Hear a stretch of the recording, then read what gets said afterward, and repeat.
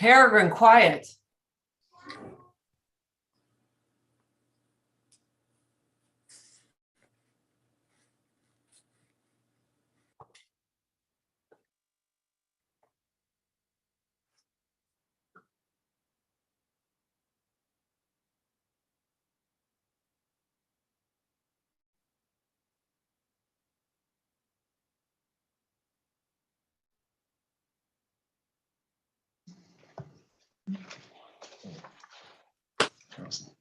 Okay. Good evening, everyone, and welcome to the Newington Town Council regular meeting of Tuesday, June 14th, 2022. I apologize for the late start. I'm calling the meeting to order at 7:09 p.m. If you would please rise for the Pledge of Allegiance. I pledge allegiance to the flag of the United States of America and to the republic for which it stands, one nation, under God, indivisible, with liberty and justice for all. And in honor of Flag Day, Deputy Mayor Bedrejko has her flag shirt. I wasn't sure where to look, so. Happy Flag Day. All right, next we have roll call, please, Susan, if you would. Councilor Braverman, Here. Deputy Mayor Bedrejko, Here. Councilor Camillo, Here. Councilor Donahue, Here. Councilor Mankey, Here. Councilor Nagel, Here. Councilor Page, Here. Councilor Retta, Here. Mayor Del Buono. Here. All right. We have all 9 members present in the room together for the first time. Welcome, everyone. So glad to see everyone's faces live and in person. All right, we will continue on this evening to approval of the agenda. Councilor Mankey? I have 2 changes I'd like to make. If I may, I'd like to move item 16, executive session, right after remarks by councilors on public participation. So after number 5, okay? Right after 5. And under 10, new business, I would like to move item D up before item A. So D would become the new A. Okay. Is there a second? Second by Councilor Camillo. Any discussion on these items? Sounds good. Hearing none, all those in favor say aye. Aye. Any opposed? Motion passes unanimously. Great. Next item is public participation. In general, any member of the public may come forward. We have no members of the public in the room right now, so I'll just double check our attendees window. Anyone wishing to participate can, in the Zoom application, can raise your hand by dialing *9. And then *6 would help you unmute if you need to be recognized. Let me just give it 1 minute. And I do not see any members of the public with their hands up, so we will continue on. We do have email correspondence this evening. We received one letter. Proceed. Yep, it was provided to all of the councilors through email, and I believe everybody got a hard copy this evening. It is from Susan Gibbon, and it is in support of for charter revision to eliminate the town manager residency as the content. And we'll attach that to the minutes of the meeting. Our council rules of procedure. We reference letters, but we don't read them in at this point. May I comment on that, Mayor? Pardon? May I comment on that public participation? Is that- Yeah, we're up to remarks by councilors on public participation. Well, I just wanted to suggest that maybe this will happen automatically, that would go over also to the charter revision. I actually did show it to the chairman last Okay. evening. Thank you for that recommendation. Right. Yes, I saw it come through and did share it with all of the members last night. Okay, thank you. Well, the 3 that were present, and I gave it to the chairman to share. Okay, thank you. Yep, thank you. All right. So any other comments to public participation? All right, seeing none, we will continue on to remarks. I'm sorry, consideration of old, sorry, gee whiz, we just amended it. I wrote it in bright pink and I'm already skipping it. Next item is executive session. So if I may. Yes. please. Resolved, the Newington Town Council, in accordance with Connecticut General Statutes 1-206B, hereby moves to go into executive session and invites the town council members, the mayor, Keith Chapman, town manager Ben and Kona Town Attorney, Kenneth Plum, Assistant Attorney, and Kenneth Slater, Assistant Attorney, to discuss pending litigation against the town of Newington. Second. Seconded by Councillor Raddick. Any discussion?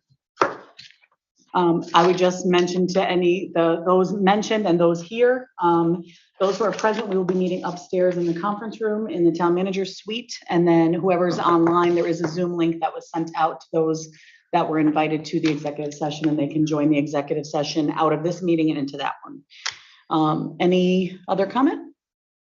Hearing none, all those in favor say aye. Aye. Any opposed? All right, motion passed unanimously. At 7:14, we are entering into executive session. We'll give it 5 minutes for us to get upstairs and get settled.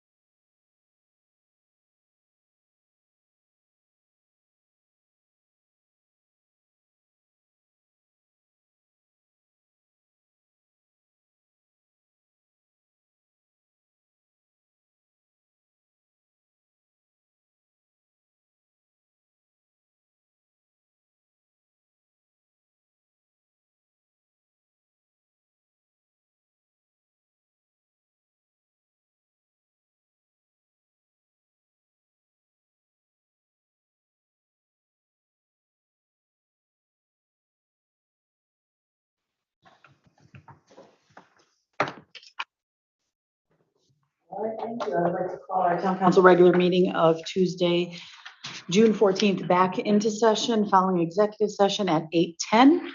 And we'll continue with our agenda. The next item we're moving into is consideration of old business. And the first item under that is receipt of the TPZ referral, Connecticut General Statute 8-24 for the John Patterson parking lot improvement. Councilors, you'll see in your packet that the TPZ did meet and forward to us a favorable report for the council based on their presentation and discussion during their June 8th regular meeting. And if you look, we do have a motion in our packet as required by Connecticut General Statutes.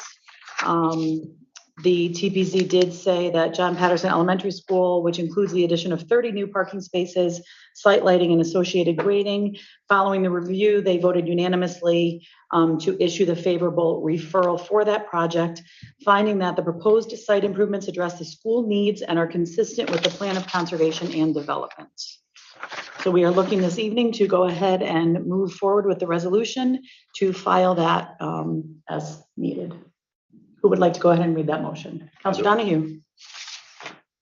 Resolved, Resolved, the Newington Town Council hereby moves to place on file the certificate of action for CGS section 8-24 referral for the John Patterson parking lot at 120 Church Street, received from the Newington Town Planning and Zoning Commission dated June 9th, 2022, a copy of it which is attached to this resolution. Second. Second by Councilor Rada. Any discussion on this? Councilor Mankey? Yeah, is Lou on the phone, on the call? I thought I saw him. He is under the attendees, yes. Has work already started on this project? Nice. Can you hear me? Yeah. Yep, there you are. Yes. The activities over at John Patterson are multifaceted. 1/3 of the overall work is all on the west side of the building associated with the expansion of the parking lot and the related improvements. We have other general repairs of the area going on that are really outside of the 8-24 because there are existing conditions at the school. So if something precludes us from moving forward, we would just not move forward with the west side of the building because we designed our bids in a way where that was, we left ourselves the option of proceeding or not proceeding, depending on what happened. Okay, because when I was last there to drop off a student, there was excavators and they were chopping up, looked like the lawn, but I may be wrong. I'll check it tomorrow. Yeah, no, you weren't wrong on that. That was the grease trap that was being done over there, which would be a permanent change to prep the site for future improvements. But that would be just returning it to conditions. We also had to do some underground conduit work as well in the area, just for general our own maintenance of the area and the maintenance of the school. Okay, Thanks. all right. Councilor Don, nope. Well, since we got you on the phone and you just mentioned you're removing the grease traps, you're talking about dry wells? I'm not exactly sure of the terminology. I was assisted in that by Newell Stam. So Okay. the reason, we needed to change. Now, okay, if you're gonna remove it, are you connecting catch basins?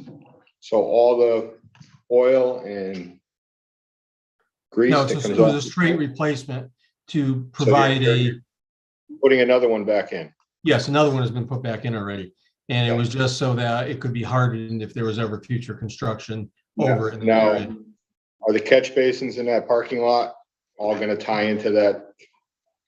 No, not into the sanitary sewer. They will be in the Oh. storm sewer line that goes out underground out into the woods behind John Patterson area. You're gonna have the water from the parking lot go into the woods? Because Correct. That's what the you have- existing drainage plan that's there. These And catch basin, did DEP say that's okay? yes, everybody said that's okay. That catch basin is going to be expanded. Everything was fine on it. We just did another project off of Fen Road about 2 years ago. And instead of an oil water separator within the storm drain system, they put a dry well, which most of the grease and oil would get trapped in that, and then the water would flow out and into the stream next door. So does it ever go through your grease trap? The stormwater, no, that is strictly the wastewater lines from the cafeteria operations at the school. And then that goes out and joins in the road right on Church Street, basically directly across from the school. The storm drains and the catch basin that are out on the lawn go to the underground storm drain line, which then goes substantially out past the schools into the wooded area. I'm not exactly sure where it drops off out there, but it's got to be a couple thousand feet away from the school. And that's strictly just stormwater. To the farm. Okay, thank you. Okay. All right, any other questions? Any other discussion? All right, so we have before us the motion to accept the TPZ 8-24 favorable agreement or favorable certification. Any further comments? We have a second. Okay, all those in favor say aye. Aye. Any opposed? Motion passes unanimously. Thank you, Lou, for joining us. Okay. Thank you so much, everyone. It's going to turn out to be a great project. Thanks so much. Okay. Have a great evening. You too, thanks. Bye. Bye-bye. All right, next this evening is the approval of the tax fixing agreement for the Pike apartment complex. You'll remember during our May 24th regular meeting, we were presented with a request by SHAG Newington LLC for a tax fixing agreement for the proposed development at 227 Payne Road. Mr. Chapman, I'll turn this over to you. Thank you, Mayor. Yes, this has been long in coming, and I'm very pleased to see that we're at this point now. And what we did provide to you in your packet, which I think is quite impressive, is the history of the revenue generated by that property over the last 10 years, the history, and then the projection of the next 10 years, then the projection of 10 year and 20 years down the road. Now, Steve, our former assessor, is here tonight, as well as Fauna. So we're here to answer any questions you have concerning the tax fixing agreement. But we're very pleased that we've gotten to this point, and I know that the developer is anxious to get his final documents in place to be able to move forward. So I'll turn it back over to you, Mayor, and anyone who has any questions, we'll try to answer. Okay. Councilor Retta? Two questions to start. First of all, can you remind us of the percent for the tax fixing agreement? And then second, what percent of these units are affordable housing? Steve, you want to answer those? The percentage of the abatement is 43%, as shown on the exhibit that's being displayed. And I believe that they agreed to provide 10% of the units as affordable. That's correct.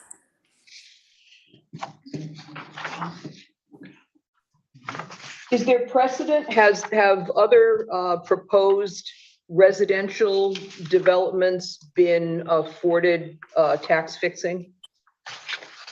Yes. Part of 3333 Berlin Turnpike is residential. That's right.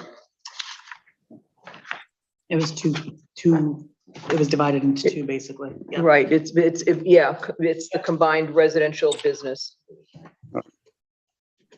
There's two different developers at 3333, right? And we addressed both.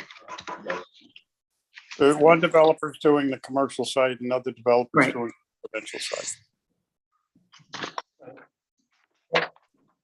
Mayor. Councilor. Oops. Go ahead, Councilor.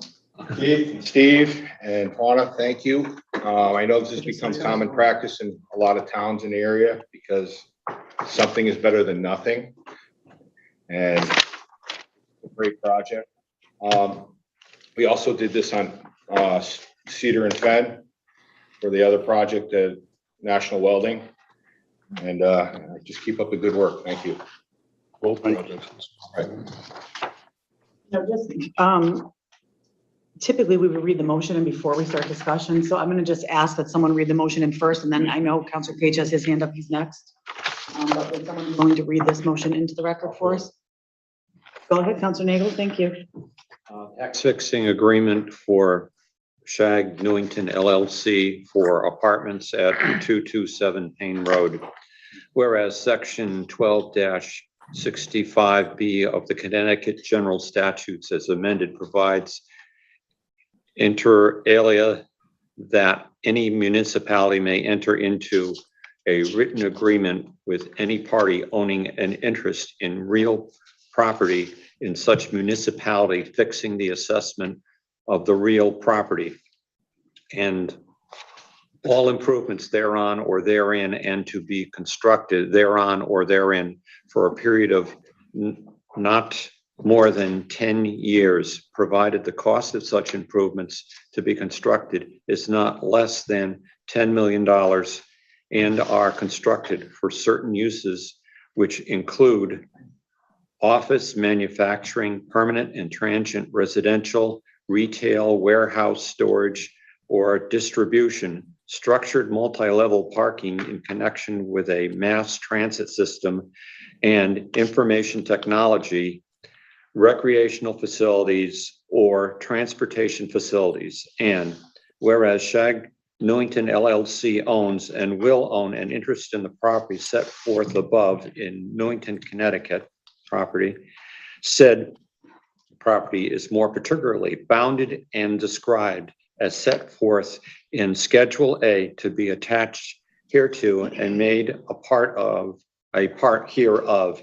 And whereas Shag Newington LLC has indicated its intent, if it receives the tax benefits herein provided for, to construct improvements to the property which will permit it to locate 2 apartment buildings consisting of 76 units each. And whereas such improvements consist of 153 units and no less than 173,800 square feet of new construction. And whereas said facility will contain approximately $25,148,903 of fully taxable real property upon completion.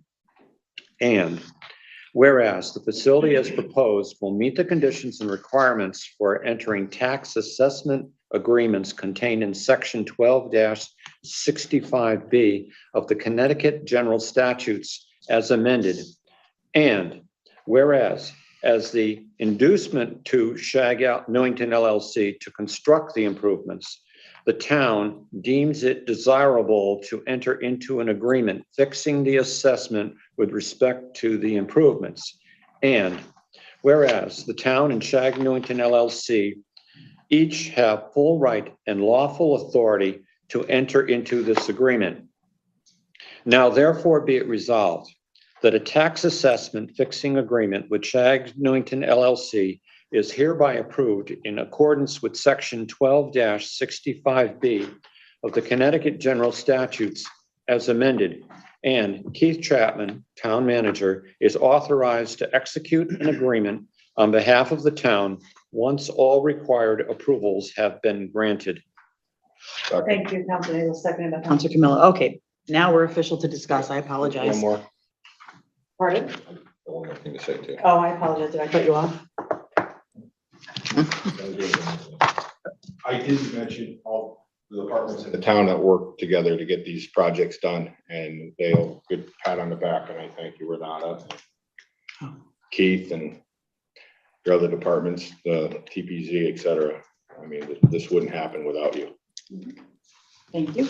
Councilor Page, thank you for your patience. Thank you, Mayor. I just have, I'm troubled by this. The only time I voted on a tax fixing scheme in the past was when there was retail involved, which you just referenced, 3333 Brown Turnpike. My understanding, and I'm not a business person, so I welcome correction on this, that when we enter into such an agreement, that we're essentially incentivizing the deal to ultimately benefit our town by increasing revenue from that will be generated from that property. And on the face of that, I think that's a great idea when, and this is an important qualification, when it seems that in shifting the tax burden to the taxpayer and away from the developer would be compensated by, for example, with 3333 Brown Turnpike, retail income and tax revenue from that retail activity. In this case, there's no retail activity. And so in my view, and this is only the second one I've come across, the major distinction between this property and 3333 Brown Turnpike is that we're being asked to shift the tax burden to the taxpayer to incentivize a deal, which, as demonstrated by the more than competent work by our town manager and all those involved in development around town, that's apartments only, that we don't need to do this, that Newington is a very desirable location for a lot of reasons that we're aware of. And this to me is inappropriate. It raises to me ethical questions, and I would like to refer this to our ethics committee before I vote on any of this. And I also would like to see written contractual obligations based on state and federal statutes of affordable housing. And I don't see any of that here. So I have a lot of questions. I think it's highly inappropriate, irregular, and I'm definitely against this. Councillor Menke? Yeah, just 2 points. One, we did vote for 3333 for a residential portion of the tax abatement. What I like about this is right now we're collecting in the last 10 years $107,000. And if we pass this and they build the apartments, we would make $4.4 million. In addition, we collect taxes then on any motor vehicles that were registered in town for those people who live in this area. So certainly I would be in favor of really reducing the tax burden on the average taxpayer by approving this. Thank you. Deputy Mayor Badrego? Didn't we, as a council, vote for a tax break or tax agreement for the Amara property, which was at the We did. top of, We did. which was purely residential? There was no Mhm. retail attached to that. Correct. 30%. Yeah. When was that? 2015 and 17. I wasn't involved in that, so I can't comment. Right. It was actually our former economic development director was charged with that.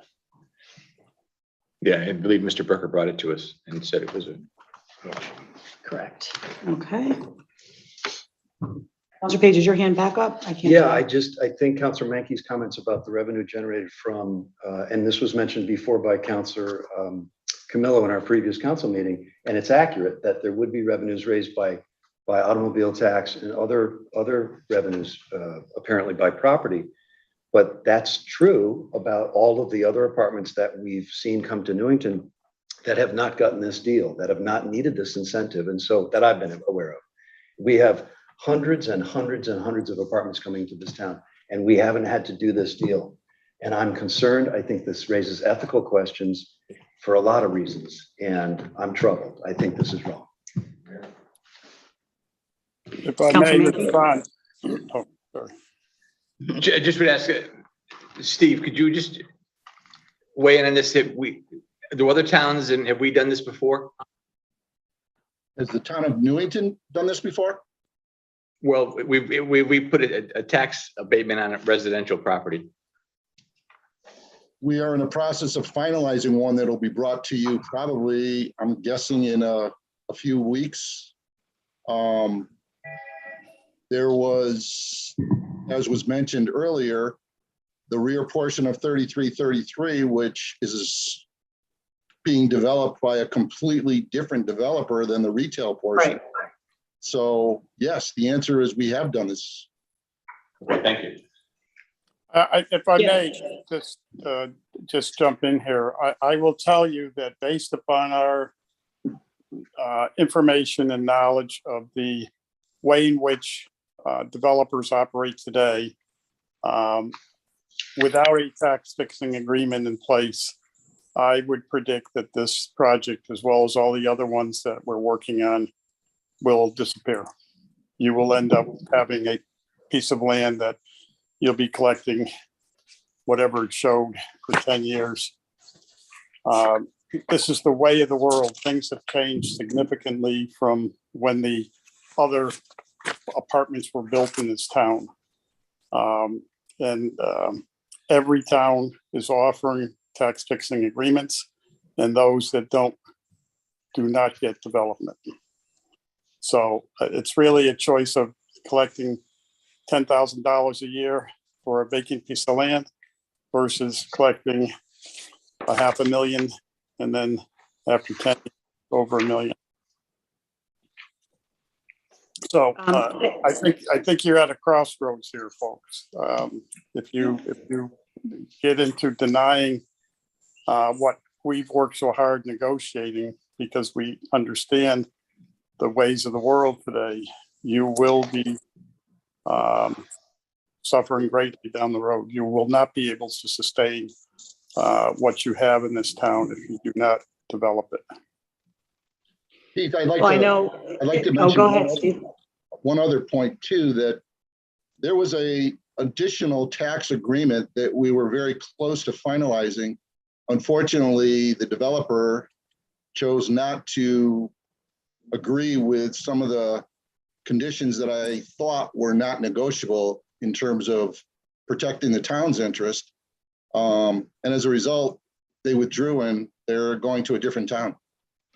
So the idea of offering tax agreements not only is very, very common. I don't want to say it's either accepted or we're going to leave, but it's the reality. Either we do these or they're simply going to go to another community. And in looking at the the motion in front of us, it quotes section 12-65B, or references that I should say, there's no quotations, of the Connecticut General Statute. And it does mention in there that acceptable uses of the abatements would be for office, manufacturing, permanent or transit and residential. So residential is mentioned in the language of the statute, I would assume, based on this resolution. That is correct. Okay. Tim wants to speak. Go ahead, Councilor Rada. First of all, I am not anti-development in our community any way, shape, or form. One question: what was the? I cannot recall, and I should, because I'm liaison to the TPZ. The percentage of tax abatement for 3333. Yes. Number one, and number two, I'm not convinced that if we're looking at cost benefit, with all due respect to Councilor Camillo, will the tax abatement be covered under other taxes, property tax, automobile tax, usage of the residents that are proposed to move into this? I'm not convinced that we're going to be having it, that it's going to be a balanced agreement. Steve, do you want to address that at all? In answer to her first part of the question, the agreement at 3333, as all of our agreements, when I start the negotiations with a developer, is incumbent upon the value of the investment that the developer is willing to do. At 3333, the developers for the two projects combined are investing approximately $100 million, of which approximately 82 million of that will be taxable. As such, we offered them, and you approved, a 50% tax abatement. The same additional revenue that you're so concerned about would hold true at 3333 for the number of residential units. It would be reasonable to expect that there would be at least one motor vehicle, at least one, for each unit in the development.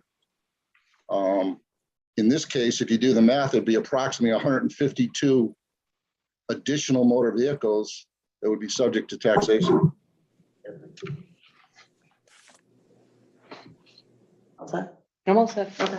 Thanks. Yeah, and if I'm looking at this, so not only are we on the agreement before us today, this is residential, we would expect, again, additional property tax for those vehicles for residents that'll be at this building.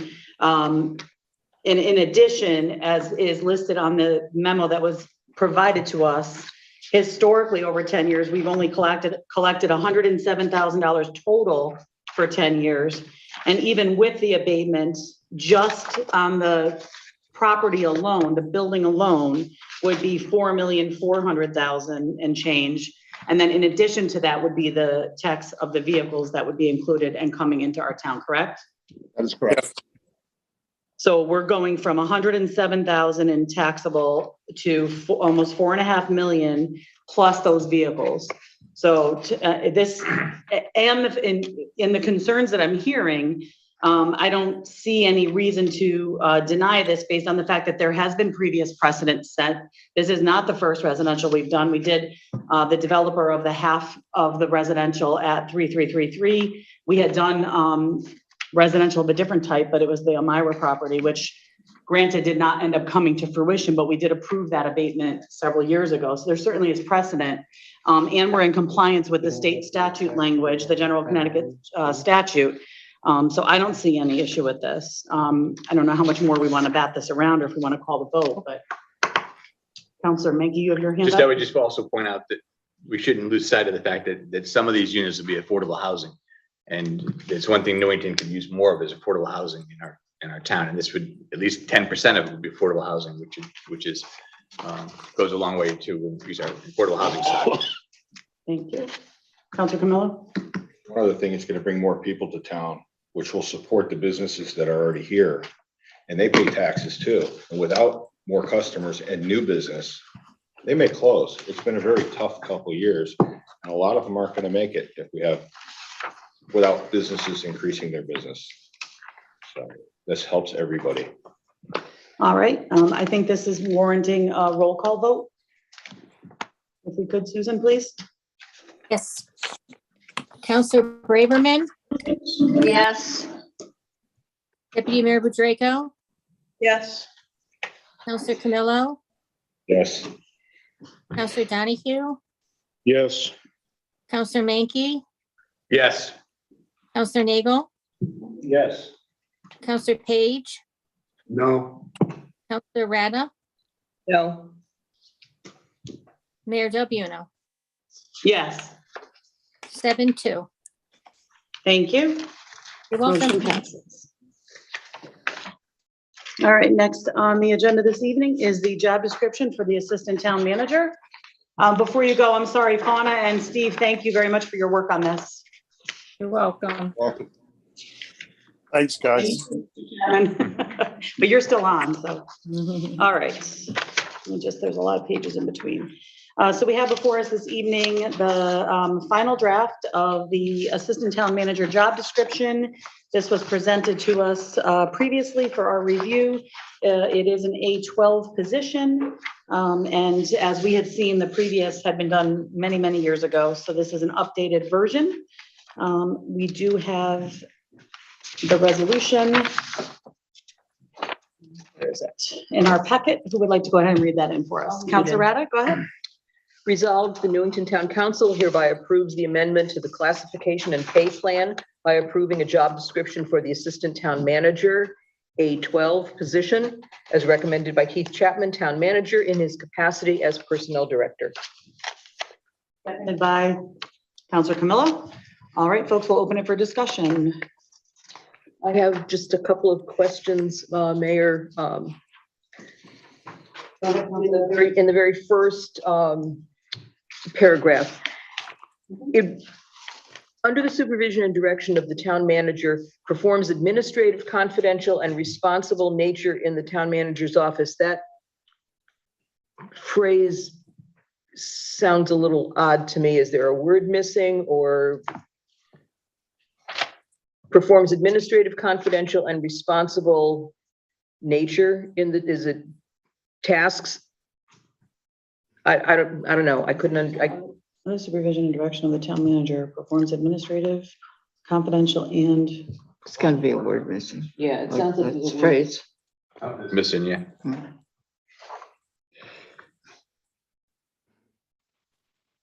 let me just read it. Oh, I don't know, yeah, instead of nature, I'm thinking maybe tasks or Or responsibilities. designation, maybe? Mr. Chapman, do you see that first line? Yeah, I would say if that doesn't read the way you'd like, we could take out nature and put in assignments or responsibilities. That's fine. Or just say confidential and and responsibilities consistent with the nature of the town manager's office. It's just a thought. That sounds, it just, this was awkward to me as I was, and I read it through a few times. Whatever you like, it's fine with me. That's fine. I'm happy with what Councillor Page proposed, if you remember it and want to repeat it. What are you suggesting? And consistent with the responsibilities, or excuse me, and the responsibilities consistent with the nature of the town manager's office.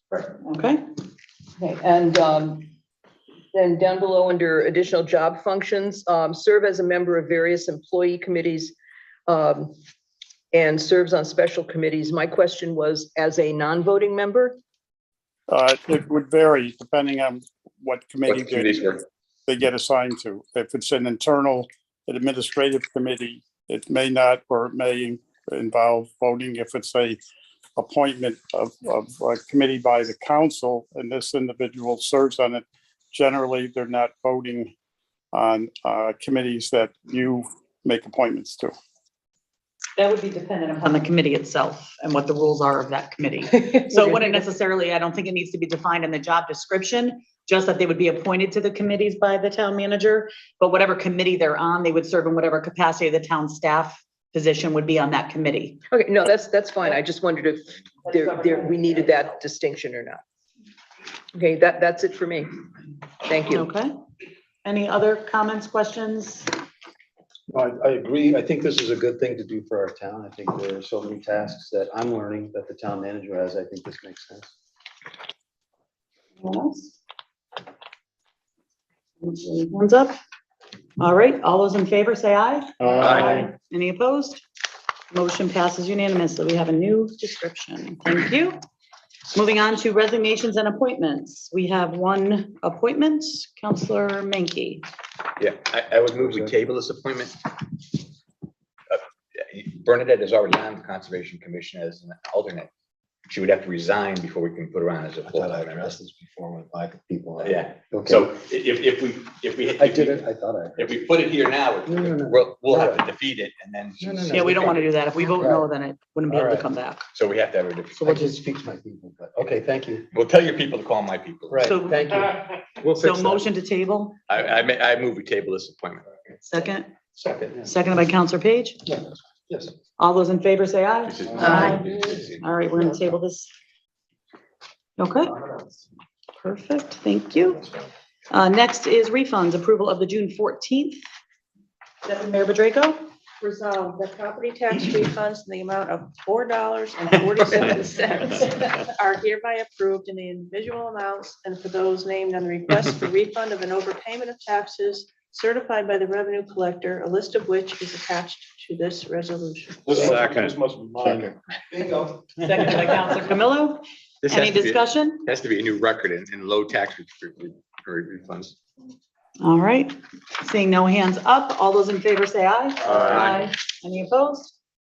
Motion passes unanimously. Moving on to minutes of previous meetings, I'll entertain a motion to accept the regular meeting minutes of May 24th, 2022, and the special meeting minutes of May 26th, 2022. So moved. Moved by Councillor Nagel, seconded by Second. Councillor Menke. I know you Any did. discussion on those two? I see no hands up on my screen and none around. All those in favor, say aye. Aye. Any opposed? Motion passes unanimously. All right, we are on now to new business, and we did agree to move up to the first item under new business, the Newington Junction Historic Loop Report. And we were all provided with a separate from our packet, a report that was created and led by our town planner, Ms. Renata Bertati. If you'd like to introduce who you have with you, and the floor is yours. Hi, good evening, everybody. So to start off, I will introduce how this idea for the grant first came about. And then we also have a couple of other people that will talk tonight. So I will start, and then we have our consultant, Darren Raymond Locke, who wrote a report on the grant. After her, we will introduce Sonia Richmond, who is our grant writer. You met her.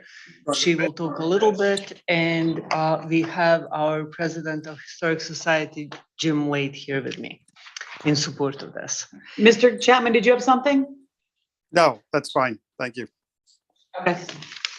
So when I first came to work for Town of Newington, one of the very first projects that I was asked to look into working on was to write up the zoning regulation for a TOD at Newington Junction.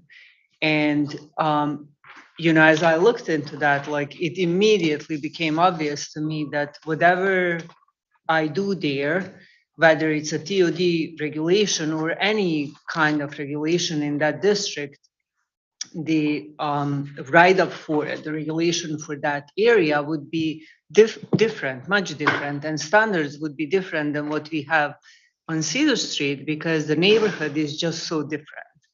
Newington is incredibly fortunate that we have such a wealth of historical and architectural resources in our town, and in particular in Newington Junction area, we have this abundance of homes that are dated between 1650 and 1949 that include styles that are Victorian, colonial, Gothic, Revival, Italianate, Queen Anne architecture styles in an area that is compact, walkable, and really rich with these cultural and historic resources.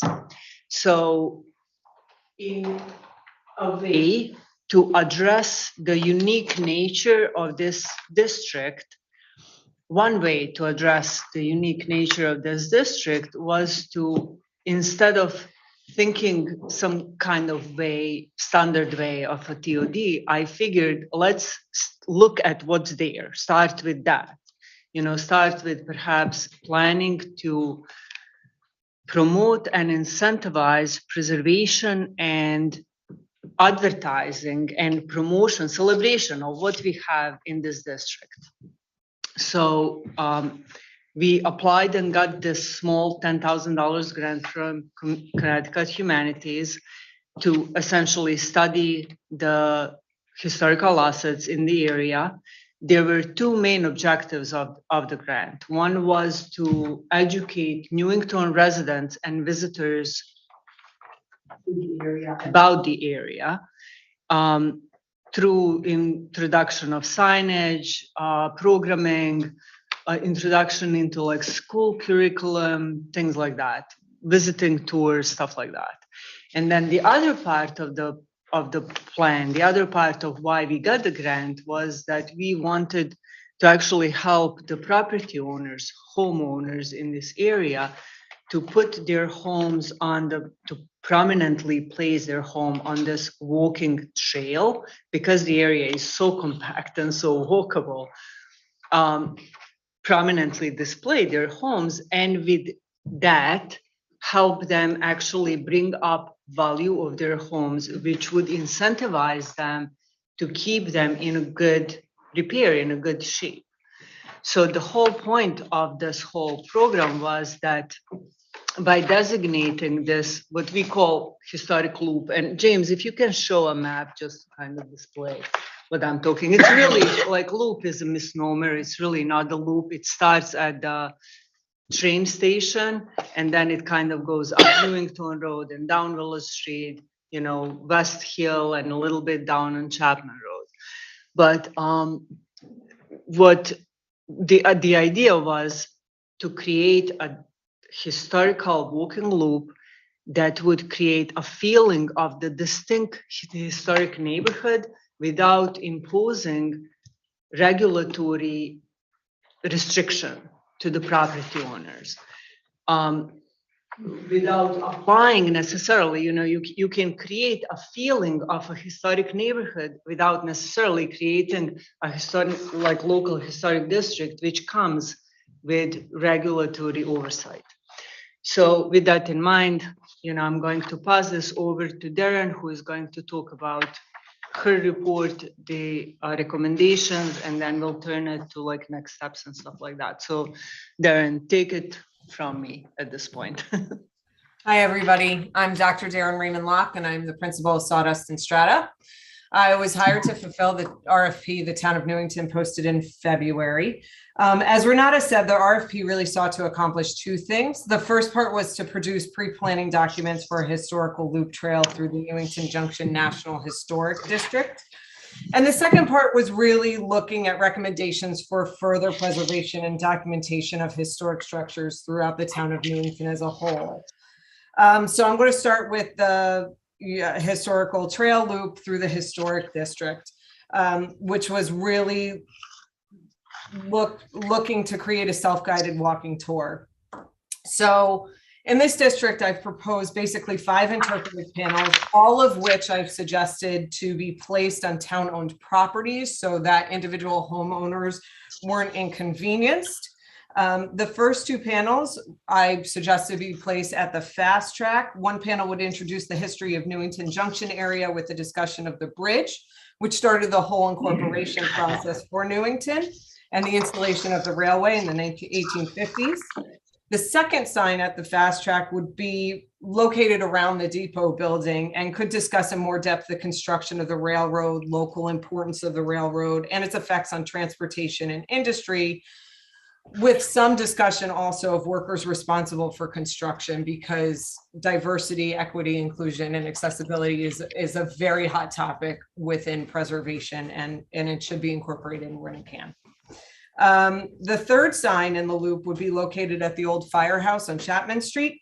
This one would really discuss the establishment of a local hose company and the first early responders within the town.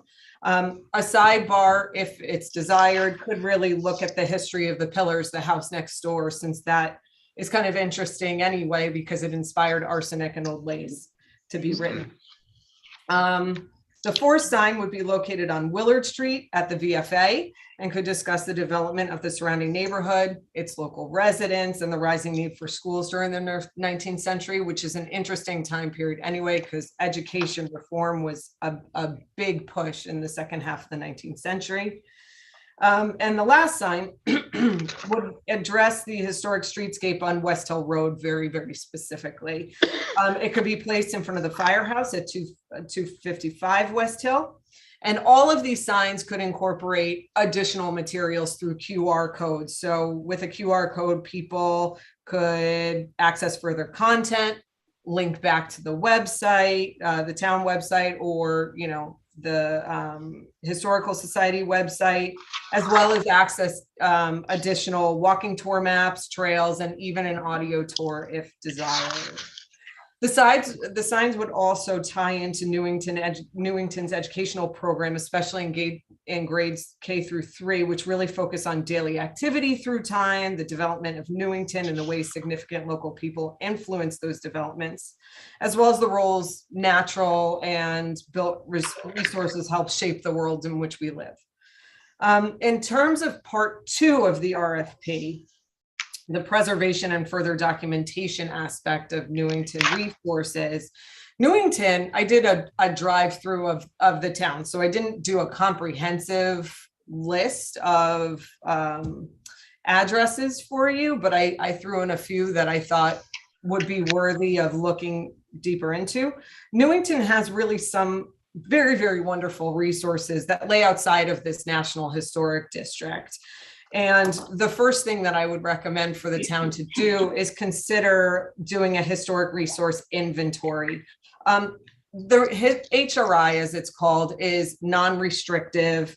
It's not a designation. It's nothing but a survey. It has a very, very basic form that just talks about address, basic history, and basic what the house looks like or what the site place looks like. Again, it's not a designation, doesn't place any restrictions. It's really something that can serve the town in the planning process. I've also recommended that the town create historic resource maps and archaeological sensitivity maps to help further with planning and aid in future development of parcels. In addition, the town may want to pursue or look into a CLG status, certified local government status. In order to do that, you would have to locally designate properties. I've suggested that you might want to consider designating locally owned, town-owned properties like the historic society itself. And we can talk about the nuances of that if any of you have questions. And I've also suggested a long-range preservation plan be created and adopted by the town to help create a proactive approach in the protection and surveying of properties for your use. Now, all of these recommendations really come with the stipulation that it would be important to disseminate educational materials and programming to residents that have structures listed on the national or state register, and certainly about what local designation means, because local designation is the only one that comes with any restrictions, but they're not as bad as people usually expect them to be. Lecture series can be offered through the Historical Society or jointly with the town about caring for historic structures, tax credits that can be applied to the upkeep and maintenance of historic structures that are listed on the national or state register, and just various history and architectural programming in general. Now I'll turn it over to Sonia to really discuss the larger aspects of this, but everything that I've recommended is and can be supported by grants and does not have to be paid for by the town outright. Great. So thank you, first of all, to the town council for giving us this opportunity to investigate and learn more about the assets and around Newington. It's been an absolute pleasure to be working on this project with members of the community. What was put forth was the first thing we wanted to do before we moved forward was to investigate whether there were assets of value and how they could best be promoted within the town. That was the point of the first grant that we received from the Kinetic Humanities. It's our intention, with permission to move forward from the town, to look for additional funding to support the implementation of recommendations that were suggested from Darren's report. And there are, the deadlines are in the fall, so we have time to discuss and plan based on the input from the community and how we want to receive that information from the community. Okay. And then the lastly, I will just ask Jim to. And I'm Jim Late, and I am president of the Newington Historical Society and Trust. And we wish to go on record of supporting the Newington Junction Loop Walking Trail as is now proposed. As you've heard, the Newington Junction is an historic area, and it's listed on the National Register of Historic Places since 1987. At the time of the application was made, there was enough interest of the people living in that area to ask for designation and the register, but not enough interest to ask to be a historic district that would entail other restrictions and covenants and things like that.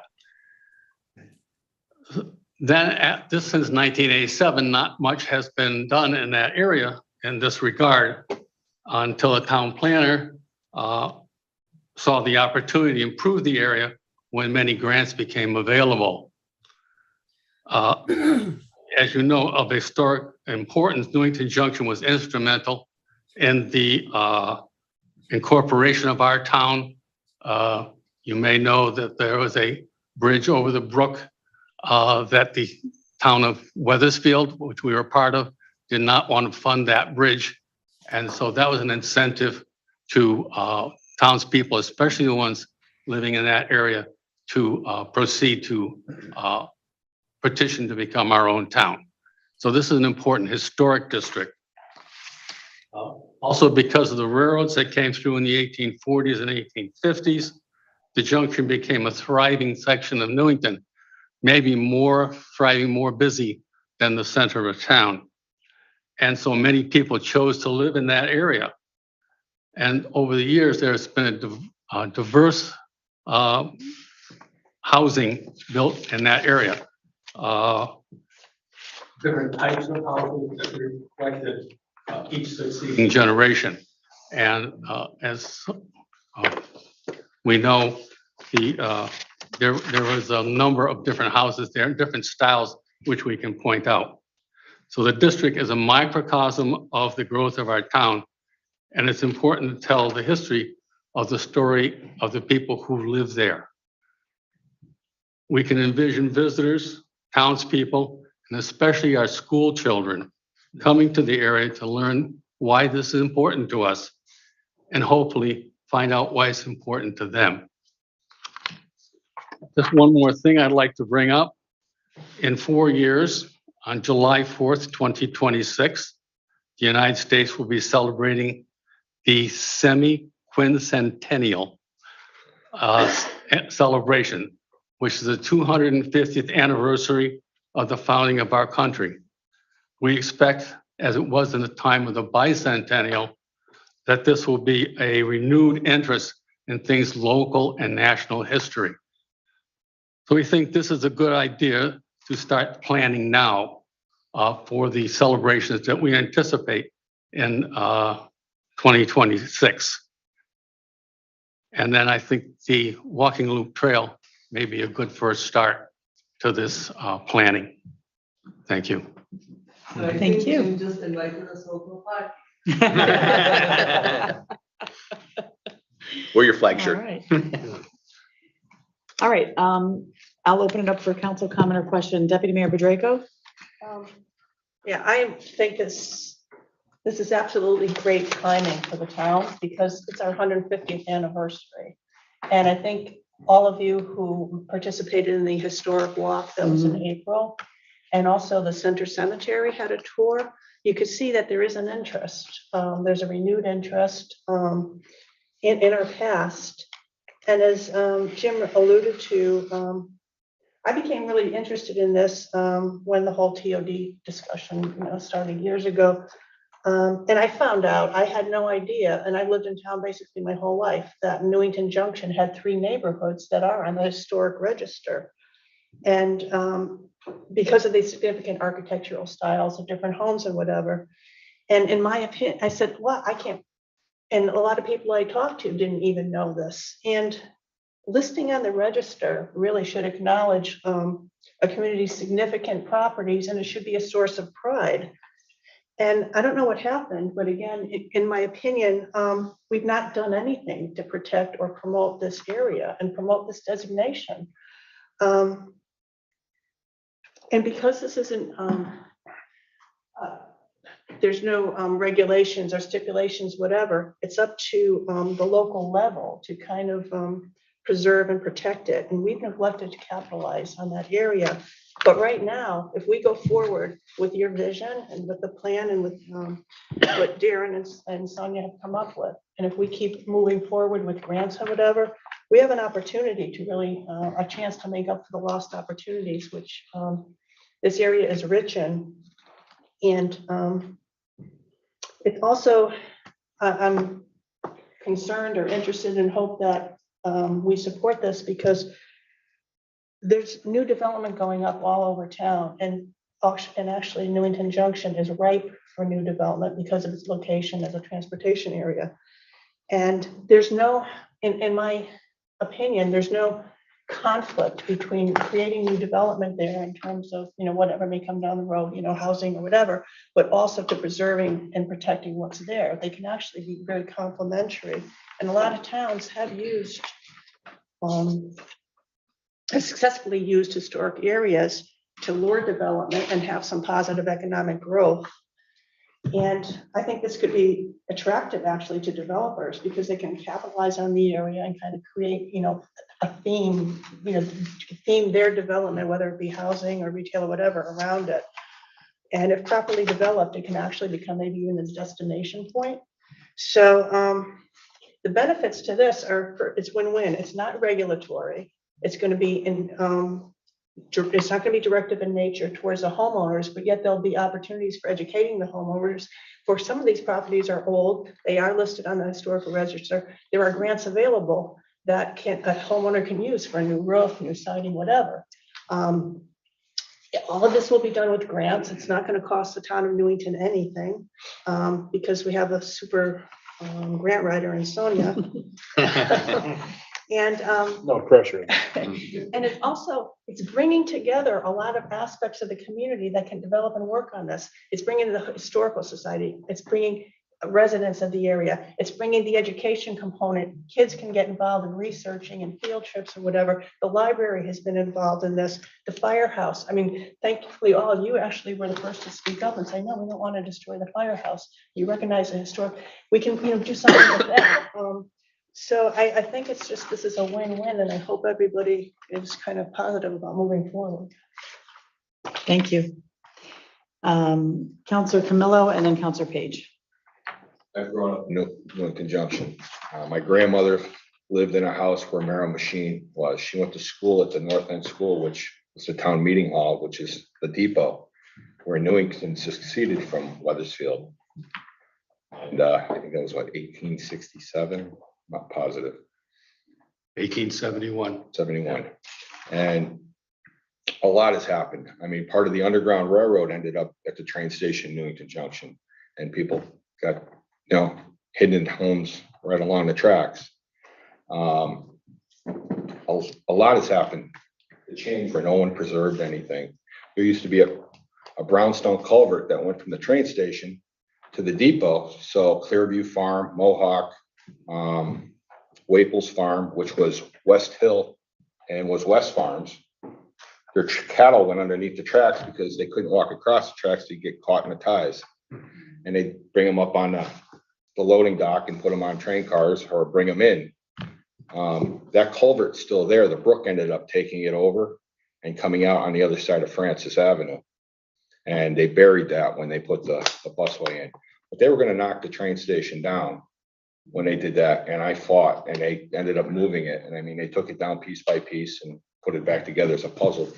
And it's just sitting there. This is a great place. Thank you. Counselor Page. I would echo many of the comments of those who have spoken already and thank all of you for the work you've done so far on this. If we look at old Weathersfield, I call it old Weathersfield, when I hear marketing campaigns now on the radio and other places maybe where they're referring to it as historic Weathersfield, and rightly so. Obviously I think we've all been there. It's beautiful. The buildings, the ice cream shop, the walking around in that area, having a bite to eat and so forth. And I couldn't agree more. This seems like a ripe opportunity for this area to preserve and to promote the charm of this area. And I would encourage us, and maybe you've done some of this already or other folks have, but that we continue to engage all of the residents in this area that would be positively affected, to encourage them to participate and enjoy all the benefits that this potentially has for our town. And it could be a real gem. So it is a gem. We can make it even shinier. So thank you very much. Counselor Retta. Yeah, again, thank you very much for all your work, and the other two folks who we can't see tonight. As an anthropologist, this is very exciting to me, and I'm thinking archaeology, there could be opportunities for that. There could be connections with Central Connecticut State University right up the street, digging deeper, pun intended, into our history. The fact that we have Weathersfield as our next door neighbor, and the bright light that's always shining on Weathersfield as this historic gem, I think now it's time to shift that spotlight a little bit. So I find it very exciting. What are the next steps? So the next steps right now are that we would like you to look over the reports. We will make this public. over the next couple of months, Sonia will look at what funding opportunities are there for implementation. I know for sure that the panels, the signage, that's the one that is a must. But there are other also recommendations in her report that, in Darren's report, that there is number of them that I suggest the town seriously considers. And we should talk about all of them and see which ones we can get some possibilities to go and get grants for. And then as long as we are authorized to apply for grants, we are on board for that, because I'm frankly very impressed with the report. I like it. I could not be happier with the consultant that we had. And part of my plan when we first got introduced to the consultant, we walked the area first, and then I was kind of like blown as she was talking to me about these houses. I'm like, oh my God, this woman is brilliant. So I'm like, okay, do you have 5 more minutes? Let's just drive around. So I took her around, and then, I'm showing her around Main Street and intersection of Robinson, Main, and like all these areas. And she's just identifying this house and this house. And you need to look at this property, and this is excellent. And you guys need to do something about this. And I'm like, okay, we need to do like phase 2 of this project. So this Newington Junction thing is walkable, compact. We can do this as like phase 1, but we definitely have much more potential in this town for like a broader something. So there is a lot of opportunity here for sure to continue. But for right now, I suggest let's look at the report, consider recommendation, look at perhaps this historic resource inventory, start from there, and then we can continue. Excellent. Councillor May. Yeah, I just would echo that. I think this is a good start. I think I'd like to see this expanded to the entire town. We have a lot of historical properties that I drive by all the time, and I always wonder, like, well, I wonder who lives there. And even we did that historical tour for last April, learning about that one house on I guess where Councillor Nagel was the Kirkham house was really interesting, but we just drive by these places. We don't stop and see them. We just kind of like with blinders on. And if we had some way of identifying them, I think this could be expanded all around town, and I could get a walking book, and I could walk and see these houses and know the history of them. So I think that's important. So I would be in favor of going forward with this. Councillor Nagel. Obviously, I echo what others have said. Most people really are not aware of the wealth that we have historically, architecturally in town, and that our town has been a working town, be it agricultural or otherwise. And the remnants or the preserved nature of it, for one reason or another, is found throughout the town itself. And many people aren't connected. By my chance, got involved with the Historical Society. So Jim and I know each other for many years, and been aware of many properties that I would not have known unless I had that kind of contact. Obviously, with the walking tour, getting involved with 150th and having the honor to represent one of our founding fathers and to tell the story that you relate about the Newington Junction and the bridge. All those things give a feeling and purpose to the community. And whether you are someone who has had families here for generations and generations, or are new to the town, this gives some kind of sense of community and value that is priceless.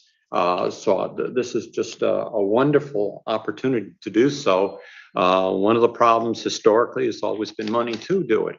And we're finding a way to do that, and hopefully to bring everyone to see the value of our town, and that it may not have been highlighted, and it may not have a fancy central area that, as Old Weathersfield has, great for them, that we have a unique value that we need to cherish and store, preserve, and share with others, whether they're new residents or not. So thank you again for starting this and moving forward with it. You know, I have my support.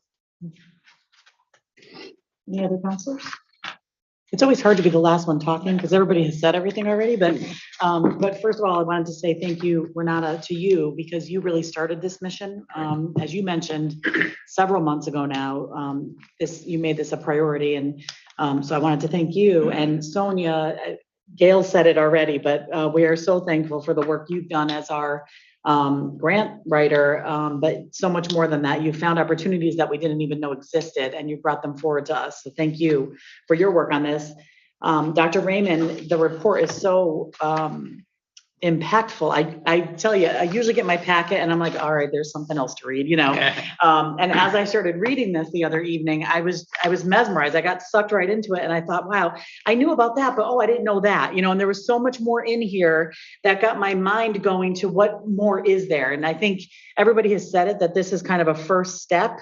And there's definitely a consensus around this table. I'm going to look for head shakes, guys, but there's definitely a consensus here that this is the first step. So is there action that we need to take based on this at our next meeting, or will you just bring forward to us kind of the next steps as they come forward, what we need to do for you to be able to pursue these things for you and Sonia? And we will bring forward the implementation opportunities as they come forward. There is no action that is needed by council on this report. We are reporting to you on what the grant was about and what the report is. Excellent. Well, certainly keep us posted though as progress goes.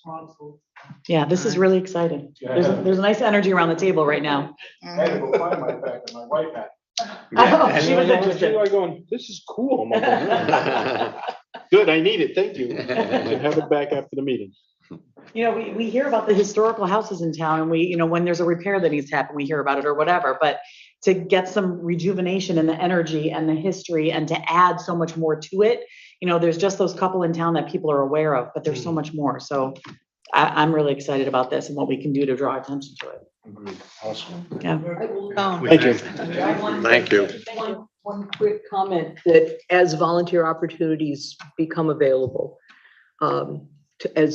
to move things forward, please, you know, let us all know. And I'm sure there are other people in town who would like to be able to participate as well. Absolutely, yes. Period costume, be black. Yeah, be black. Right? Okay, thank you.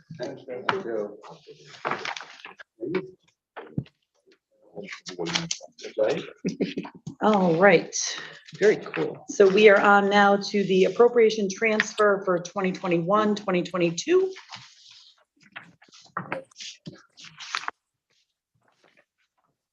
Ms. Murphy's not able to be here this evening, so we have in our packet for our consideration a memo explaining to us what she's asking of us, and then this will be on our council agenda for action at our next meeting. So as you can see, analysis for the last 11 months of the fiscal year projects expenditures to be favorable to our budget by approximately 800,000. It's a conservative estimate. There may be some surpluses related to other areas or unexpected expenses. Transfers below show the 10,000 that we are requesting be moved to the town council, town clerk, and conservation commission. And the transfers are in addition to the ones requested back in January when we did our, we usually do them in January every year. And then again at the end of the fiscal year. So you can see what's listed there, the departments, the amount requested, and how that will look as it comes forward to us at our next meeting. You'll see at the bottom, she's also requesting the following transfers. This will close out the account for the work that was done on the Indian Hill Country Club roof and allow the remaining funds to be used to repair the sidewalks at Indian Hill Country Club. So the accounts are listed, and it's really transferring from one account to another in order to be able to complete the work. If there are specific questions, I will not be able to answer them this evening, but I can bring them back to Ms. Murphy or just jot them down, folks, and we can certainly ask her before we take action at our next meeting. Right, we'll have the next meeting to bring them up. I can just mention having had to go to an event at Indian Hill Country Club today and having to walk up those stairs, which have been prepared from the lower lot Mm. that, and just generally having to go from one place to another. It's a beautiful place.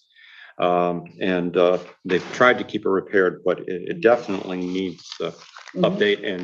And while it may not seem to be something that's expensive to do, sidewalks, pavers, curbs, generally, but specifically there are it's a good investment for the town, for public safety, and it's money to go to if we have extra. Well said. All right, any other comments or questions on that one? All right, next in our packet, listed as item 10B, I know we had amended. Additional appropriations, special appropriations, one additional appropriation for the Camp Ave study, West Meadow Cemetery Roads. It's 2 items. So in our packet, we have a memo regarding this. Under section C 807 of our town charter, it allows for the council to make special appropriations from the unappropriated and unencumbered general fund balance. In March, we had requested additional appropriation of $125,000 for the milling and paving for Camp Avenue. The council, after the public had come out, quite frankly, and expressed some concerns, had decided to do a study of the road instead of the full mill and pave. So the town staff is adjusting that request. The town is estimated to receive $1,785,740 in municipal grants and aid from the state this fiscal year. And that amount is about it's a pretty specific figure, $419,938 more than was budgeted originally for fiscal year 21-22. These funds are required to be used to maintain the town's roads, and the additional funds that we will be receiving will more than replace the special appropriation that we are requesting by year end. She says that we are adjusting our original special appropriation request to ask that $25,000 be appropriated for the study of Camp Avenue and $100,000 be appropriated for work to be done on the roads at West Meadow Cemetery on Willard Avenue. Okay, so that'll be something that will come forward to us at our next meeting as well. Can I just ask a couple questions? You may, Councilor Page. The 25, I don't know if Gary, is Gary the engineer here? No, it's just. Yes. Okay, couple questions. The 25,000 appropriated for the study of Camp Ave, anything that's $25,000 sounds like a lot to me. And I've walked around there and talked to neighbors who have lived there before the road was narrowed. And again, I've learned this from those folks that I believe the drainage basins, the location where the water goes in from the street, I believe are still there. You guys will correct me if I'm wrong. And that when they narrowed that, I was told that folks, to create new curbing, narrower curbing, they put dirt over the substrate, over the road that exists. And so I wasn't sure what $25,000 go. I'm not saying it's inappropriate. I'm just trying to learn here. What does $25,000 go for to study if I know that isn't it a matter in order to do the road the way the residents have requested that we strip away, and I'm making it sound simple, I know, but you strip away the 2 feet on each side, go down 1.5 inches or 2, put in, you roll out new tar, and aren't you done? Or talk to me here. Where's $25,000 go? Educate me. I guess I wasn't totally aware of all the detail that you provide. I appreciate that. I reached out to VHB to give me a proposal to do a study for essentially what we had talked about a month or so back at the meeting. It was like 3 different scenarios is what I was going to ask them to evaluate. The existing condition and widening like 2 feet and 4 feet and total reconstruction. So maybe it might have been 4 different options to see what the cost might be. Part of that study might include doing some test pits to confirm, what residents are reporting to you, and that would certainly impact the outcome then. Mm-hmm. Okay. If I may just jump in, it should also be recognized that none of us were here when the road was narrowed. And there are reasons I would guess that the town engineer at that time determined that the road should be narrowed. or, reduced in width. So we really have to also look at the reasons behind why it was reduced in width as part of the study that Gary's people will be looking at.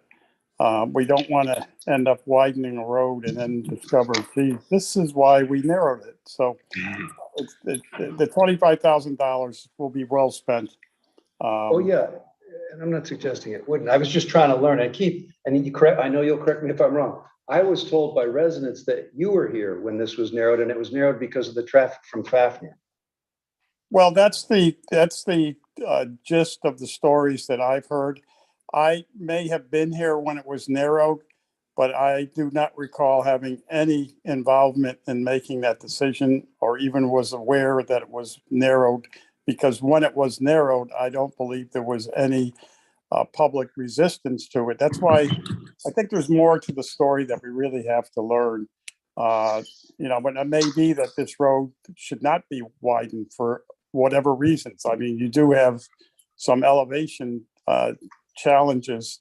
You can't just widen each side 2 feet. It's just not going to work.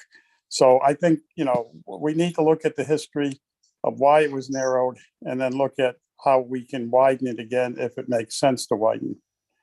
But, that's why a consultant would be brought in. Okay, All set? Thanks, Mayor. Deputy Mayor Budrako. I'm going to kind of piggyback on what Keith had indicated, because I remember when the discussion, when the residents came out,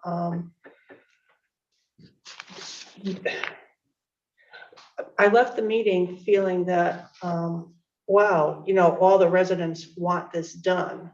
But then come to find out the next couple of days, there were, I can't say just as many residents, but there was a silent majority, or not, a silent group of residents who didn't want it done. Yeah. So, but also during the initial discussion, nobody could really answer why it was narrowed, except I think, as Keith said, we can't rely on, going door to door in residents and saying, what do you think of this? And why was this done? Why that? People have short memories. People, the stories get handed down, that people's memories fail. I had envisioned this as going back to, I don't know if there's minutes of the meetings or engineering reports or whatever, but there obviously was a reason to spend money at that time. And I'd like it to be something that's can be substantiated via documents or rather than, today's hearsay.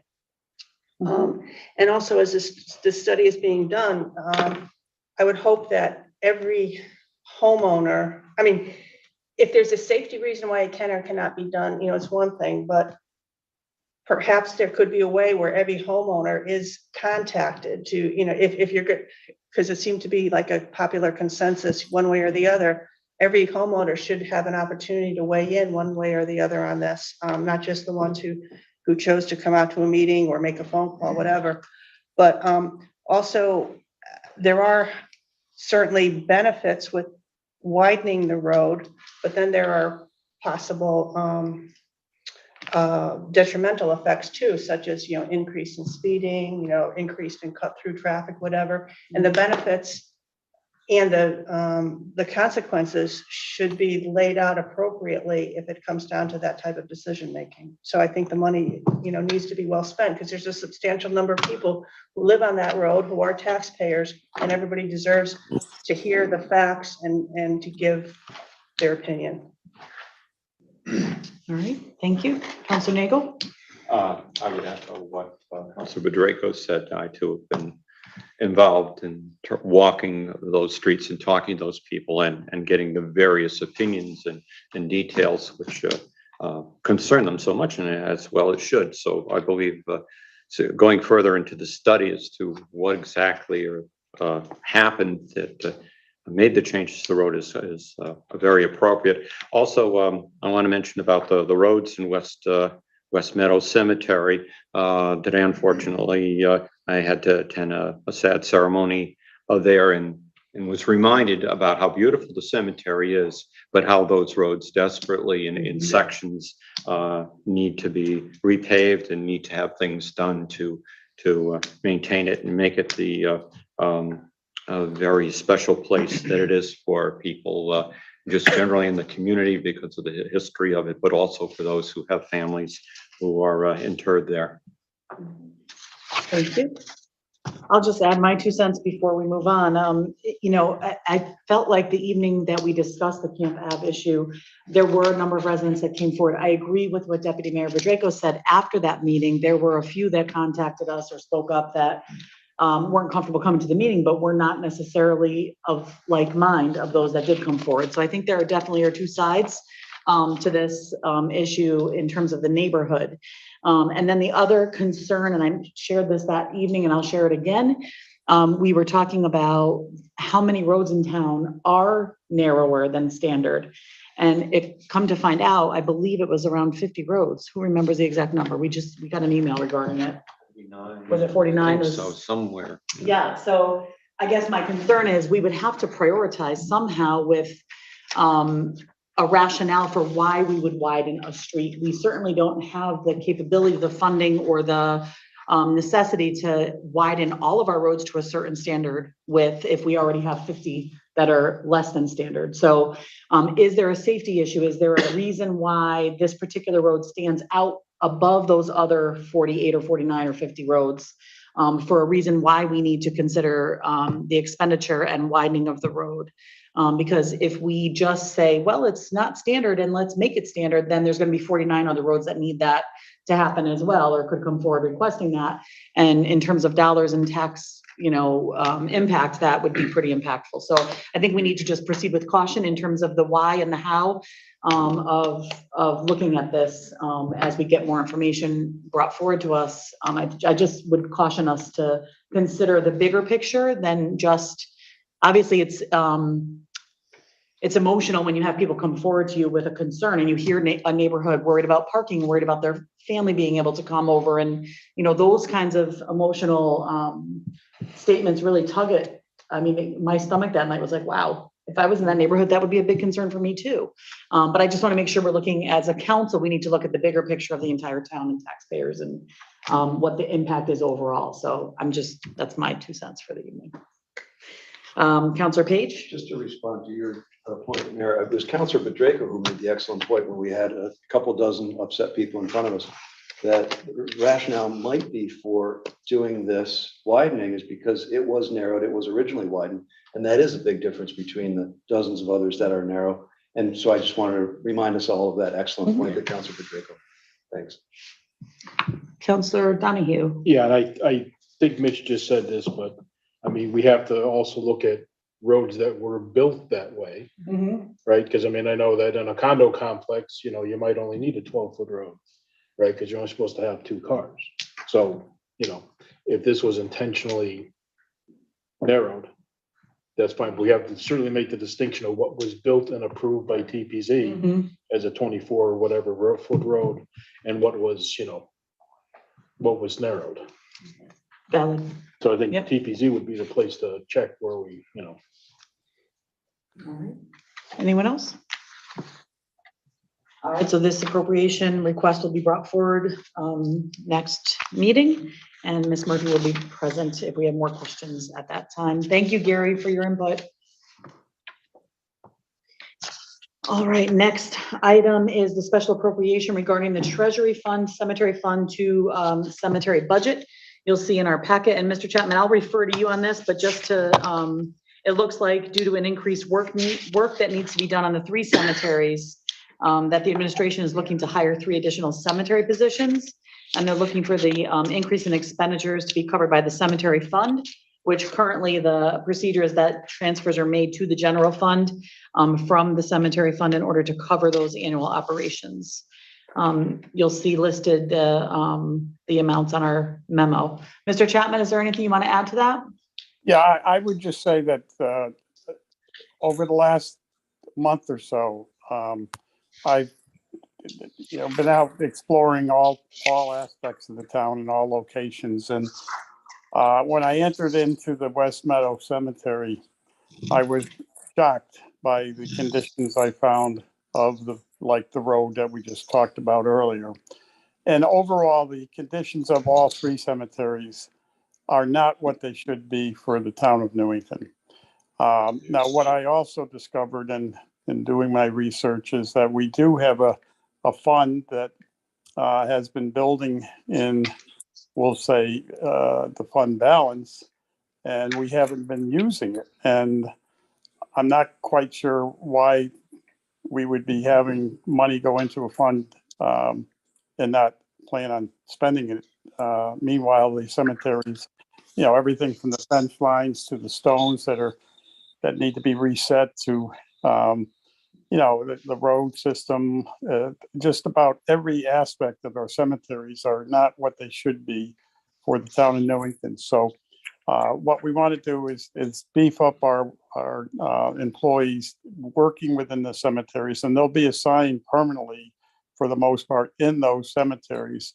And they'll be responsible to make sure that all three cemeteries are pristine at all times. So when there is a death in a family, the family comes to that cemetery and doesn't have to go through potholes to get to a grave site, and doesn't have to trip over weeds or whatever that are overgrown. So it's my effort to really bring our cemeteries back to what they should be, and going forward, keep them in a condition that is respectful for those that are buried there, as well as those that will be buried there. So we're looking for 3 new full-time people that will be permanently assigned into the cemeteries, and they will be responsible for maintaining those cemeteries in a way in which that we should be proud of. Okay, thank you. Councillor Page? Yeah, Mr. Chapman, I appreciate this very much, and I think it's important for all the reasons you stated. The 3 cemeteries are West Meadow, and the cemetery in the center of town. And where's the third? Is it the one on Church Street? The third, what was that? It's on the one on Church Street up on the. Yeah, Church Street. There's one down past the Deming Young Farm, almost to Kelsey Street, on the right-hand side up on the hill that you really don't even know is there. But it is a cemetery that probably has 20 We're familiar with that one. graves in it. And I bring that up because I appreciate that. And John and I are looking at each other, and Tim was involved because the scouts worked, and I can't say enough good things about the town staff who helped us and supported our efforts, and the scouts to work on the fence around that cemetery. And we had some donations, which were greatly appreciated.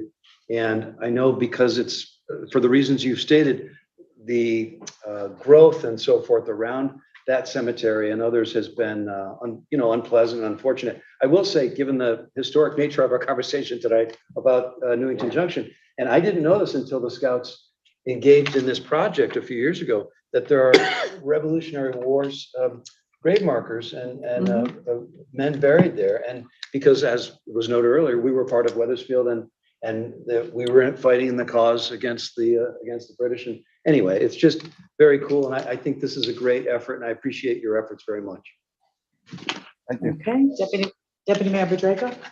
Yeah, Keith, these new positions, in terms of maintaining the cemetery, I know, it's going to be, grounds and potholes and whatever, but in the older cemetery in particular, in the Center Cemetery, and probably the one on Church Street, I haven't really been there, but when I went on the cemetery tour, or sometimes if I walk by there, the stone, some of these stones are so old and there's no family left at all to maintain or take care of them. Would part of the new responsibilities be to try and shore up some of these stones or maintain them? Because it really is. There's monuments there that are, from the 1800s, whatever, that are falling apart or cracked, and I think that's part of making a cemetery look presentable as well. Yeah, I think, Gail, what has happened is that we just haven't been keeping it up to the point now where we're going to be playing catch up for a number of years.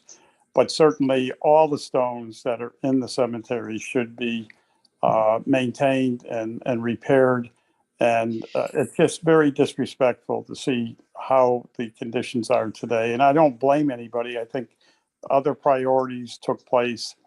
But once I discovered this Treasury fund for the cemetery that we have, I think we should be utilizing. And the stones, we may not be able to get all of the stones done at one time. It may take several years to repair them and replace and place them back on their proper mounts. But I think we owe it to the people that are buried in these cemeteries and the families that come visit those people. Right, and again, particularly for the older stones and where there isn't, family members or whatever anymore, I wonder if Sonia if there's any grants out there that we can look at, because repairing a stone, particularly one of that age, it takes a special skill, special expertise, and I know it's very expensive, so perhaps that can be looked into as well. Yeah, we've already had conversations. That's on her list of things to get done. And they are very expensive to repair, but we can't allow it to continue the way it looks right now. Thank you. Councillor Nagel? Either by plan or by accident, it appears that the cemetery and the preservation of it and the preservation of a historical district and all have come on the same evening. Especially during this time, spring coming into summer, people will attend the cemeteries, whatever, go more likely to go to loved ones and recognize what has been happening to our cemeteries that they may not be pleased with. So I'm really gratified that indeed we're trying to tackle this in a very comprehensive and thorough way. Once again, there are local historical gems that are found in our town, as Councilor Page has pointed out, that are part of our heritage, our community, and deserve to be preserved. And indeed, that the community, whether they have loved ones buried there or not, should be able to come and to see and pay respect to those people that have made this town and who live in this town at this period of time. So it's really, I'm very gratified to see these monies are going there not for a Band-Aid, but to permanently try to bring things back to the status they should be. Thank you. The question, Mayor? Yes, Councillor. And this, probably either for James or for Keith. Apart from, I know you've been going through all of the logs and all of the historical data that we have at the town hall. That's why I'm asking. Apart from any of the churches in the community, are there municipal burial records? Because I'm thinking back a couple of hundred years that you know of. We do have older records, and we do share with Weathersfield as well, so we can get that information from the other towns. We actually have some of the older annals books that indicate birth, marriages, and deaths from the churches as well. So there's quite a large amount of data that we do have that we can share with the cemetery committee, or in general, the employees there, to be able to identify information that may be difficult to read on the stones. I'm thinking not only documented residents, but residents who may not have been documented or may not have been specifically identified. For example, slaves, because we know that there were slave owners several hundred years ago. We do. I believe we actually shared that information originally with the 150th anniversary committee as well. Oh, great. Okay. Thanks. Councillor Donahue? So Mr. Carlo had a question. No, I'm all set. Oh, thank you. Sorry. Camilla, you're good? All right.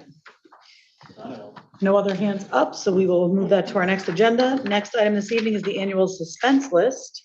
As it states in the name, the annual. So we do this every year. Each and every year, the tax collector brings forward to us a list our revenue collector, I should say. For our consideration, the list will include the amount of each uncollectible personal property, the amount of each uncollectible balance of each real estate tax after crediting such tax with proceeds obtained from a tax sale or lien sale of the real estate, and which balance cannot be collected by any other means, the name and address of the person against whom the tax was levied, and the reason why the revenue collector believes each such tax is uncollectible. Upon receipt and review of the list, the council may act to designate the taxes as uncollectible and transferred by the revenue collector to the suspense tax book. And it's underlined because we ask the same question every year. Such action in no way constitutes an abatement of any tax so transferred, but as with any such tax, remains subject to interest, penalty, fees, and charges, and may still be collected by the revenue collector should that become available or the opportunity arise. We have more information from the revenue collector, Corinne Aldinger, I always say her name wrong. Aldinger, thank you. You'll see that memo attached with more specifics, and this will be moved forward for our consideration at the next meeting. Any questions? All right, we'll continue on. Skip the historic loop we already discussed. So we are on to the Newington High School roof replacement, phase 2 and 3. Council, you remember we did phase 1. We had done a waiver at the time to allow the company Silktown that had done the previous work for us to continue and be the vendor. They were the ones that could ensure that they were able to get the materials and complete the project in a timely manner in the time that we had to complete it. It looks like we're looking to move on to phase 2 and 3. Mr. Chapman, do you want to speak more to this? Yeah, I will just say that I'm very pleased to see that the roof will be completely done after this next round over the spring and summer.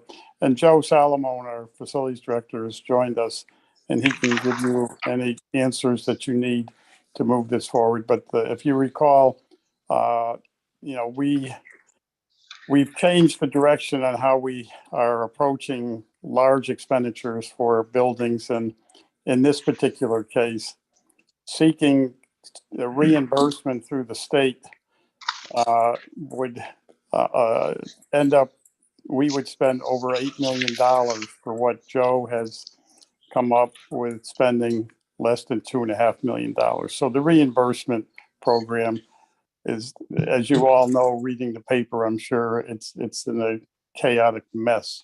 So we're not pursuing reimbursement because we can save money and get the job done a lot quicker. So Joe's here to answer any questions you may have at this point.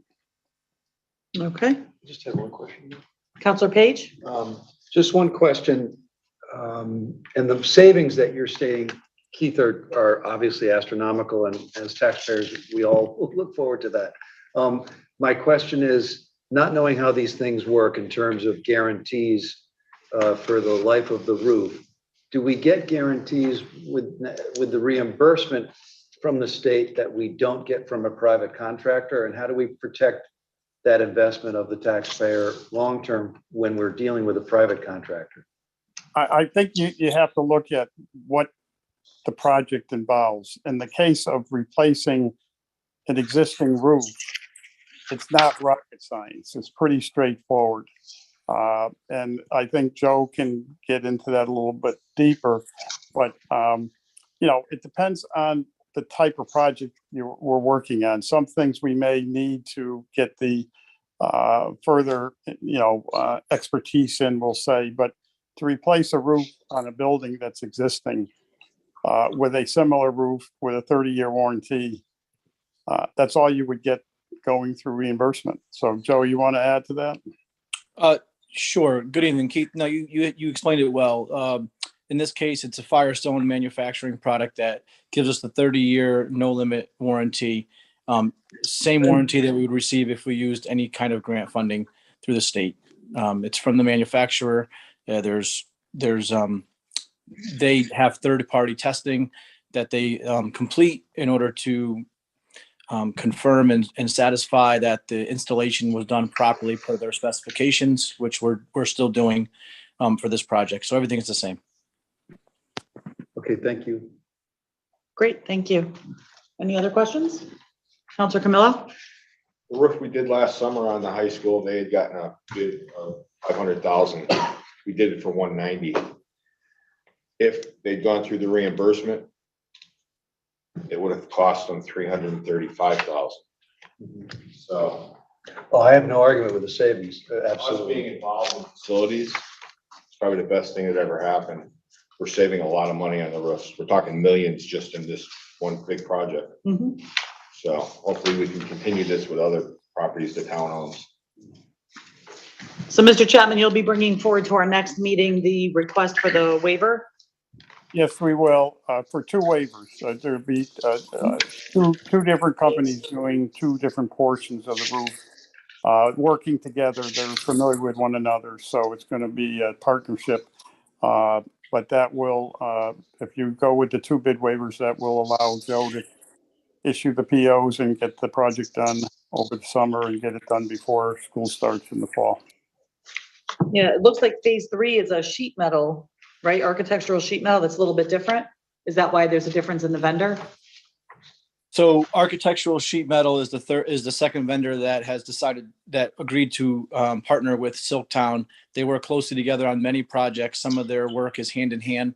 It's the name of the company. I'm thinking it's a material. No, Sorry. it's the name of the company, Architectural Sheet Metals LLC or Incorporated. I can't recall off the top of my head, Mayor. I'm sorry. Okay. So it's another company that partnered because of the work that they do. They work hand in hand on multiple projects because of the amount of sheet metal that is on most of these commercial projects. It works out very well for us. And actually, I just realized, and I'll correct it and revise it for James. There is a typo on one of the memos. I'm not sure if they're in your packet tonight or not, but on the architectural sheet metal memo that I submitted to the town manager, I do have a typo, so I'll correct that tomorrow. Okay. Kim's slipping. Thank you. Kim, you're slipping. I believe that was, Joe was testing to see if any of the councils read that material and picked up on it. We didn't want to embarrass You him. failed, Joe. I also submitted to James. I just want to say that, Joe has been a real gift for the town of Newington since he's been here. The stuff that he's got accomplished that had been hanging and lingering for years here. And, if you look at the ambulance, the old firehouse in the center of town's getting a new. I mean, the list just goes on and on and on. Plus, he's dealing with still the aftermath of the town hall, the new town hall. We are very lucky to have Joe as part of our team. Couldn't agree more. Thank you. I submitted to James as well. There's an overhead drawing that depicts the phases. Roughly, it's not exact, but it'll give you an idea of what sections of roof will be done in phase 2 and phase 3. But again, all needing that bid waiver to have them accomplished for the start of the school year after the summer. Okay. Questions, counselors? All right, we'll go ahead and move this on to our next agenda. Thank you for all the information and for your work on this. My pleasure. Thank you. Okay. Next item this evening is the standing insurance placement of coverage. I'm going to turn it over to Councillor Menke, who's the chair of that committee. Yes, somehow I found myself the chair of the standing insurance committee. You know how to party. You're welcome. Nice stuff. We had a meeting Monday to talk about our insurance coverage. This is for liability coverage. We're also covered by workers' comp, which we'll come back to in the fall with more information on that. I was hoping to have a proposal to you today with the rates, but unfortunately we haven't got all the rates yet. What's holding it up, I guess, is the cyber coverage, which they haven't got the rate yet. I can tell you probably like everything else that's in our world these days, the price is going to go up for insurance. We have scheduled another meeting for next Thursday, the 23rd, I believe, and we'll have the quote to you by our next council meeting. We really have, to be honest with you, we have no choice. We have whatever the company that goes out, they get the best rates, and that's what the rate is. It's not like we have a choice, but we do have to have coverage starting July 1st. If we don't have coverage by July 1st, then I guess that then we're exposed. Then all hell breaks loose. So you wouldn't cancel your insurance coverage on your car and then pick up a new one 2 weeks later. Right. Or you shouldn't. I mean, you might, but you shouldn't. So we'll have the numbers for you certainly by next council meeting. But then it'll be new business, the old business, and we can actually act on it. But unfortunately, I apologize, we don't have the numbers. I was hoping to have the numbers here by today, but yesterday they didn't have the numbers as of yesterday, and I haven't got a report yet today whether they got them. I just checked a while ago and I hadn't got the new numbers. So councilors, that will be, if that comes through as expected, that would be included in our packet. That comes out the Friday prior to our next meeting. So if there are any specific questions that we need answered in order to take action, can we just forward them to you to get those answers for us Sure. in time for the meeting? Sure. Just to make sure we're able to take action because that's time sensitive for us. Okay. All right. Anyone else? Okay, we'll continue on. Let's see, we are on now to written and oral communications from the town manager. Mr. Chapman, do you have anything for us? The only thing I have is my staff, Heather and Jennifer in my office have approached me about doing a pilot program that they feel, and I support their assessment, that one of the things that we get complaints about is the availability of our offices being open. And we run like a bank, and we're open bankers hours. And so most people that have business to be done in the town hall either have to take time off of work or other arrangements. And what is being proposed by the staff, and they've done a survey of all of the people in the town hall that would be impacted. And what they're proposing is that we consider for the summer opening up later on Tuesday nights up till 6 p.m. and closing a half a day on Friday. And we would go to half-hour lunch breaks rather than an hour. Most employees don't find that they really are productive when they sit around for an hour and have to come back and so forth and leave. So what we'd like to do is run a pilot program starting July 1st through September that would basically see if being open later one night and closing half a day on Friday, would that be beneficial, and get the feedback from the public and our own staff to see if this could be long-term, or whether it could just be a pilot for those couple of months and then we abandon it if it just doesn't work. But I think, we're looking at morale of the staff. There are a number of towns in the state, 96, that have alternative work schedules, half-day Friday or a 4-day work week. So over half the towns in Connecticut do what we're proposing to be done. And, from a morale perspective, we think it's important. And from a customer service perspective, for the clients that we work with and the citizens, being open later on Tuesday till 6 o'clock, we feel strongly that that would give everyone an opportunity that works, we'll say from 8 to 4 or something, to have time to get into the town hall and get their business taken care of. But right now, they get here at 4:40 and we're closed. And that's, I know when I go to the bank, they're always closed, it seems like. So now it's even worse with the various pharmacies. I mean, they're closing for lunch hours, or their work hours, their hours are just crazy. So what we want to do is expand our services. And I think that the staff here, they voted, and the majority would like to see us enter into this, at least on a pilot program for the couple of months, and then make an assessment as to whether we're successful, or maybe we make adjustments further. But I just, I wanted to bring it to you. I'd like to commence it on July 1st. It wouldn't require, I don't believe, a council action. I just would like to have feedback from you. And it doesn't have to be tonight, but by the end of the week, if you could just send me a text or something saying you support it or you don't support it, that would be very helpful for us to make a decision for July 1st. This looks good. Counselor Mankey? I agree with this. It's a good proposal and I would be in favor of it. I just had a couple of questions for you, Keith.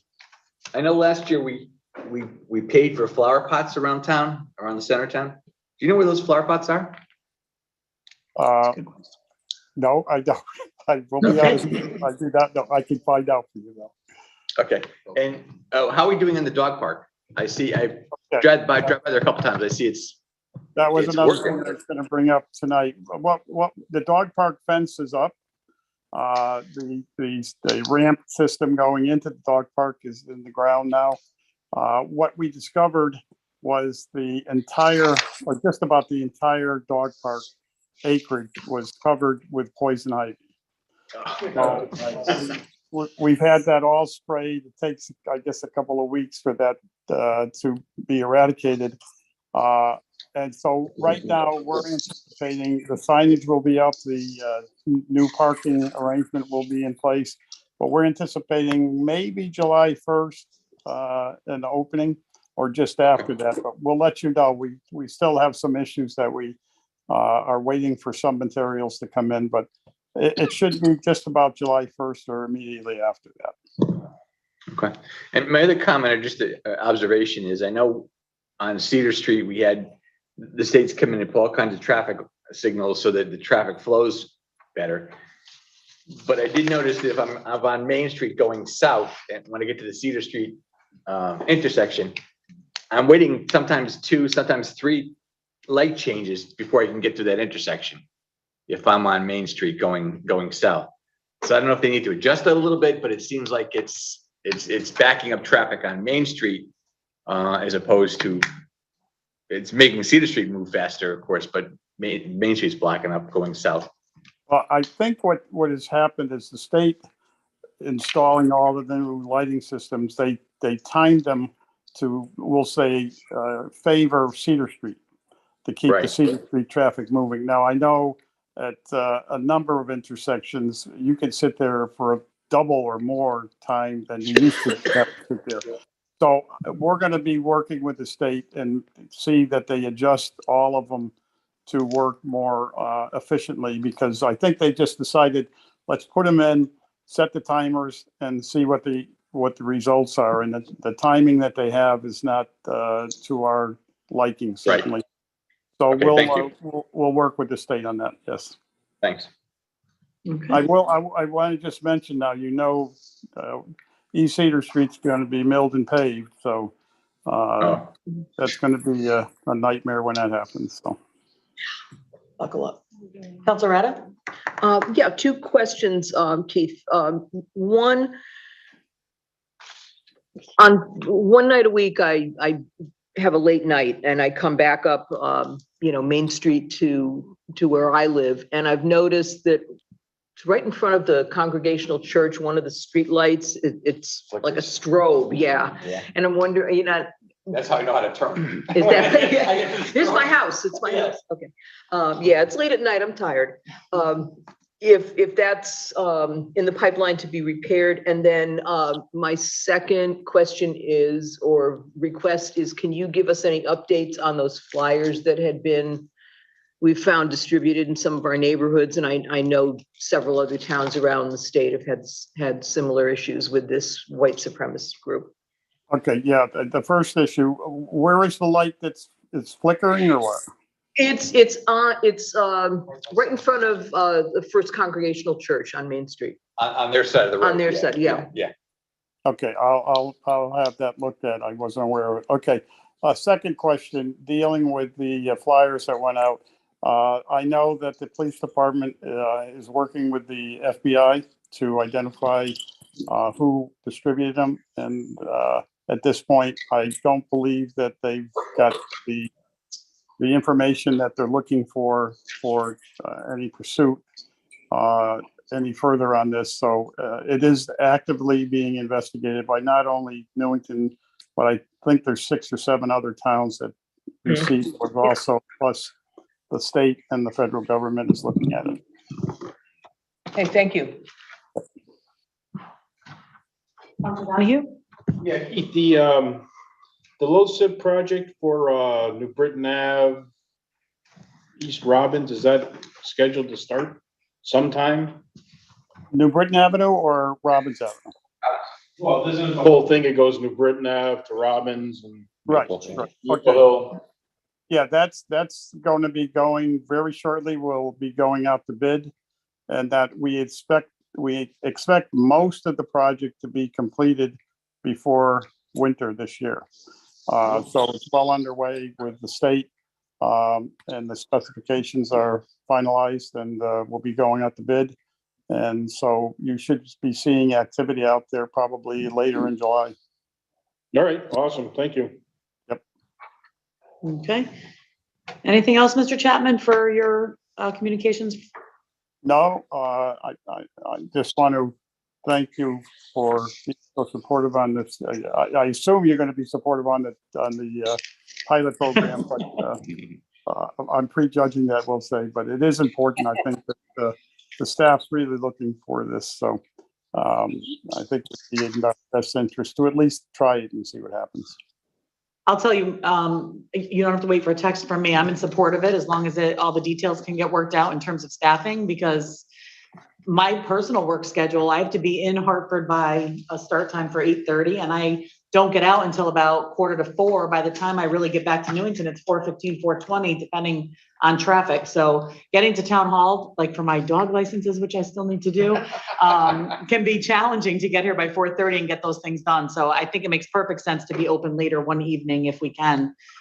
So I love the idea. I think it's a great way to think outside the box and address the needs of the community. So I'm for it. Yeah, I'm definitely supportive of it as well. I gotta say thank you to you, because again, you're thinking outside the box.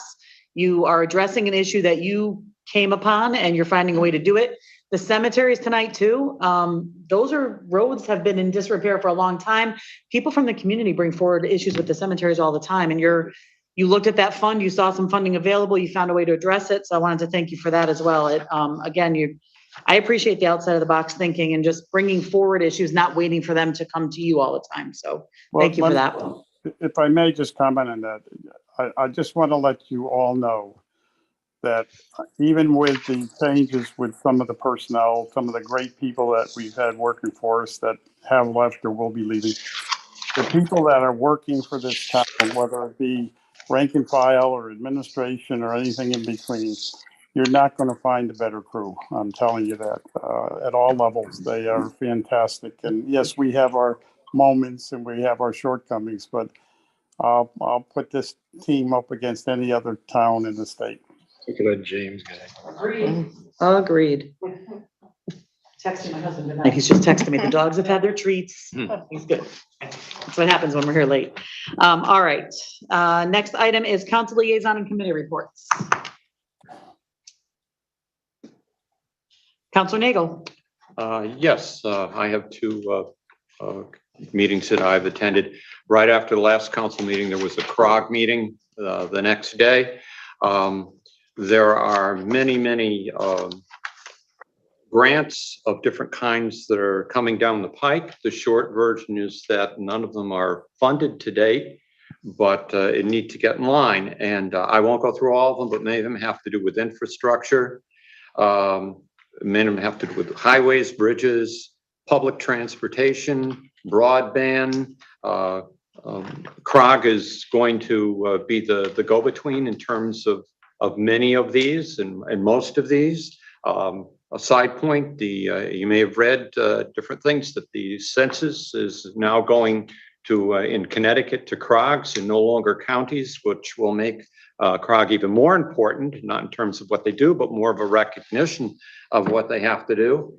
Many of the funding grants that are coming out are 5-year based, which means you may not get them for 5 years, or that they may be doled out over 5 years.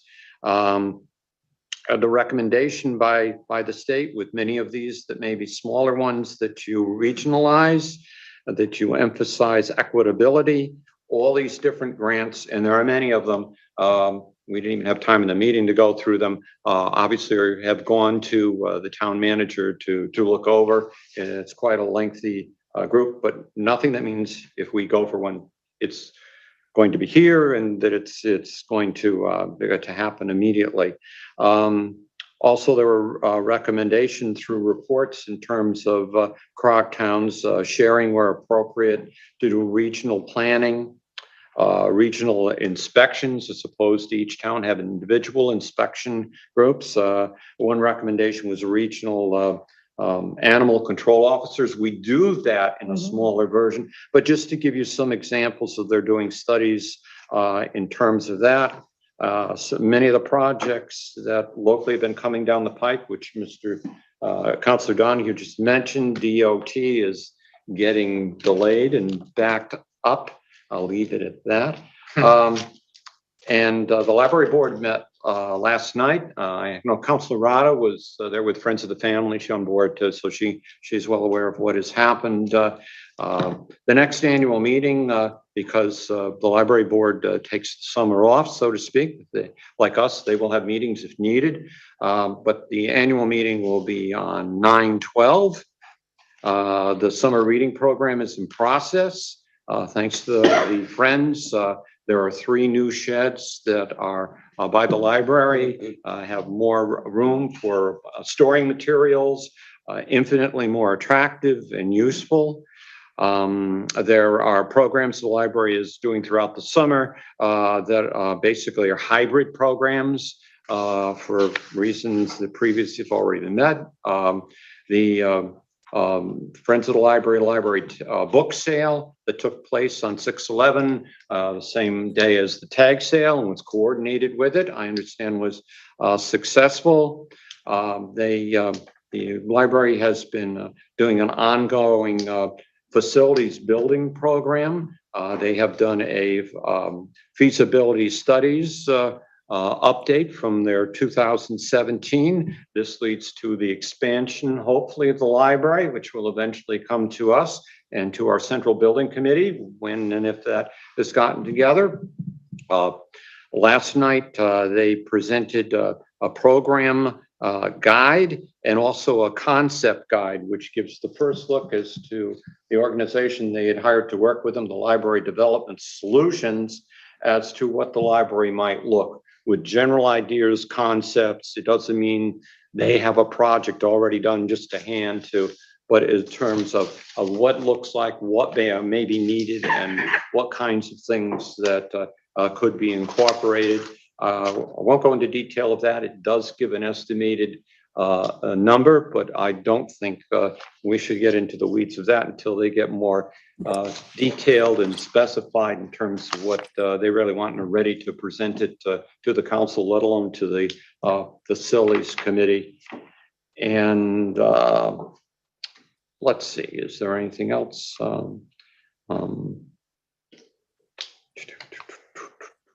I believe that's it.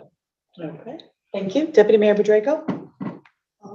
Yeah, the TPC meeting, there was a very, there's a kind of an interesting or subject of interest, a pre-application discussion regarding the possible microbrewery in part of the Keeney building. And, but settle down. All in settle favor? down, Settle down. Settle down. Are they gonna have those big pretzels? It's a pre-application meeting. So this means okay? they're not open tonight? No, that was not one of the recommendations for the library. Application meeting Okay. is not binding and there's no guarantees, but it's a preliminary discussion that allows prospective applicant to kind of present their plan to staff to understand what the rules and regulations would be, to and identify any potential issues that they need to be aware of before they really, while they're starting to develop their more concrete plans. Now the potential location is kind of weird. It's 5,000 square feet on the northwest corner of the building. So the entrance would be facing Market Square, but not on Market Square. Okay. It's kind of Like a speakeasy. yes, sort of. Yeah, exactly. The developer wants it there because of the logistics. He wants the location to be near the loading dock area, because there's gonna be, trucks coming in for, hops and wheat and whatever. I don't know, however you make beer. Hops and wheat? But but based on the discussion, because actually the TPZ was a little bit more concerned about making it a little bit more foot traffic friendly in a different part of the building. But anyway, so the location might change. But the two issues that they really wanted to get input from the TPZ were that they were aware of from, our zoning laws were proximity to churches and the use of the municipal lot for parking.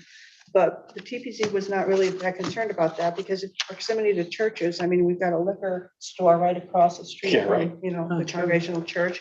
Plus we have two other restaurants in town that have full liquor licenses that are basically in the same area. So it shouldn't be an issue. And then the use of the municipal lot.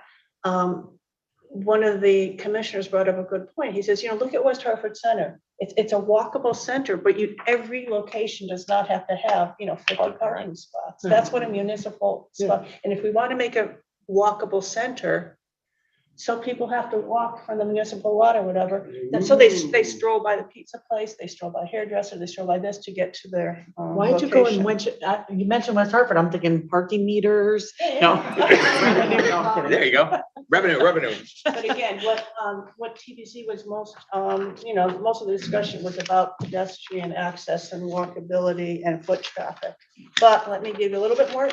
The applicant was Hanging Hills Brewery, and it's not going to be a full liquor license. It's just going to be the brewery. And they're also these are the plan. Again, this is preliminary. Don't pre-application on Facebook. Don't say that it's coming. An outside patio and 6 days a week, probably no later than 10 o'clock. But the owner of the entire building is, he wants to keep the loading dock area because that's the way the building is perfect for that already because it's got the high ceilings and whatever. But he sees this kind of as a test because it's not the whole office thing, to see how it develops and how successful it is. And then the rest of the building, and he was very kind of cloudy on what it was, but he wants to develop the rest as what he called a retail/public space that will be, well, maybe a pretzel maker, Andy's pretzels, but to make it kind of complementary, to have this the rest of the area be kind of all the whatever is developed there to be kind of complementary to each other. Nice.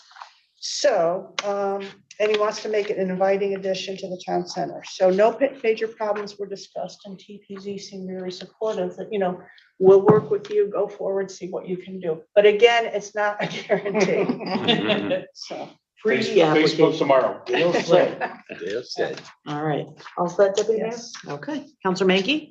Just a couple comments. I just attended 2 weekends ago, the Public Safety Day that they had out, great. out here. Yep. Very successful with the ambulance, the fire department, CERT, police. We're all represented, and I think it was very successful. And Keith, I just thank your staff for working on this. I think it's a great idea that I see it getting only bigger and bigger every year that it goes on. There was at one point where Lifestar actually landed, which was pretty cool. I was going back to my car, and this helicopter came over my head and landed in the park, and that was cool. I got to see it take off and leave. You got to see it take off. I got the second. I saw the landing. So, the other thing I think just would compliment the 150th, the great tag sale day last Saturday was everywhere where I drove there was a tag sale. Yeah. I had the list, and we were going from place to place where we had time, and it was pretty cool. I think that was a great idea. And then last weekend we had the Parks and Rec did Western night on Thursday, food truck Friday. And then I wasn't able to attend Motorcycle Madness due to a funeral, but I heard that was well attended and successful. So just great kudos to the Parks and Rec staff who put this 3-day event on. I got to learn. I didn't do any country line dancing, but I got to watch full country line dance, which is pretty cool. And I did also attend a reception at Victory Gardens. I think last Thursday. Which is pretty cool. The new owners of Victory Gardens, the owners who built it went bankrupt, and they And these new owners have taken it over. And it was really informative. I got to actually tour an apartment that was there, and they're pretty decent apartments. A 2-bedroom apartment. I was pretty impressed.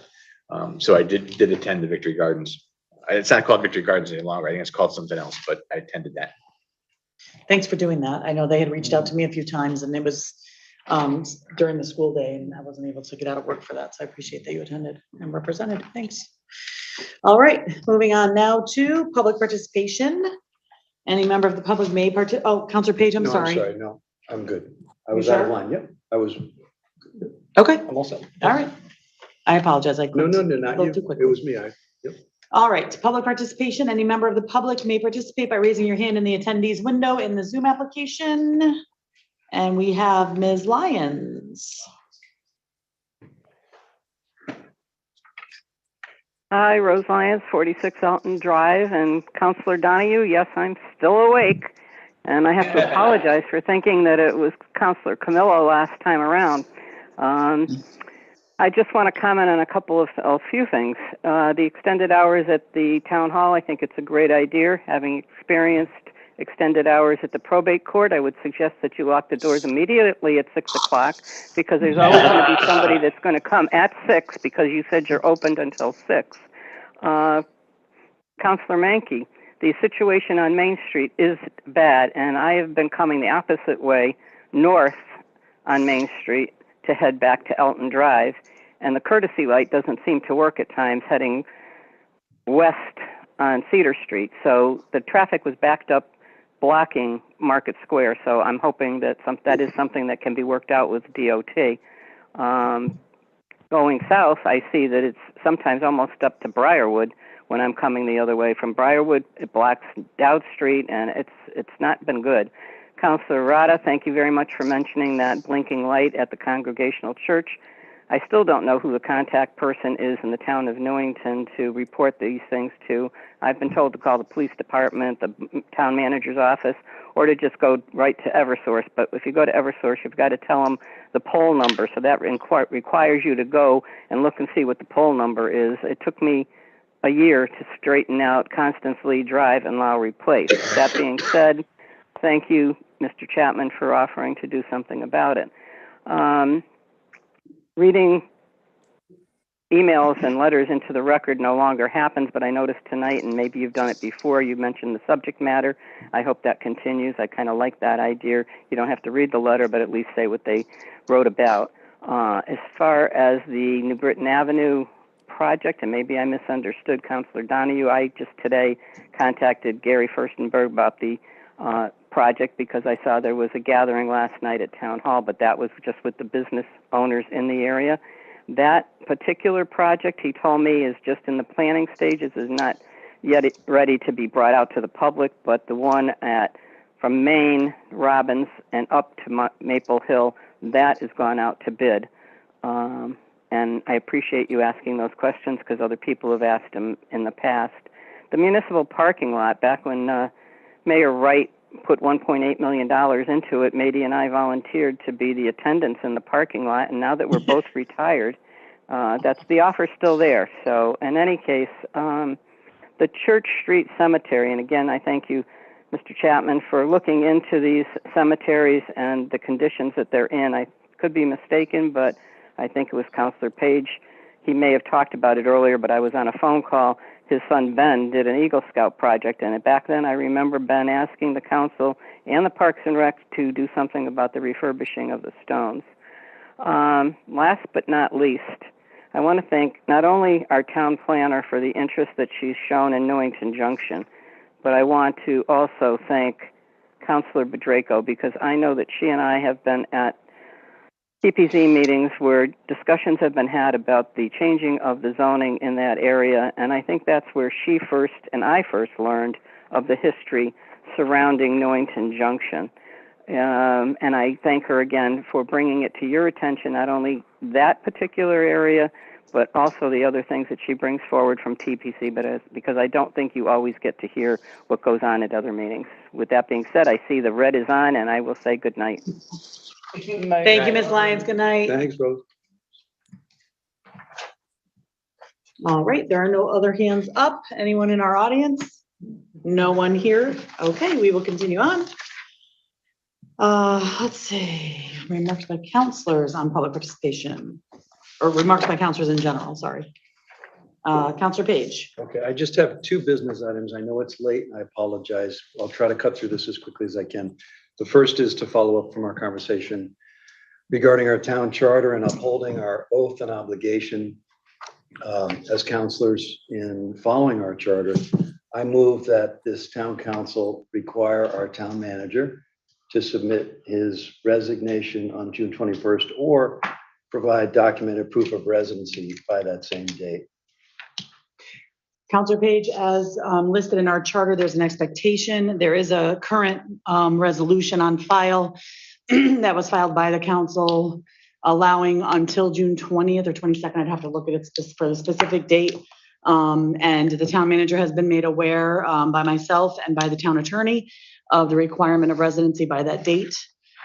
He will be expected to provide proof of that residency to the town attorney as the one that manages our contracts to make sure that he's met the eligibility requirements to continue on that date. Is there any further action that you see I necessary? made a motion. Is there a second? Bob?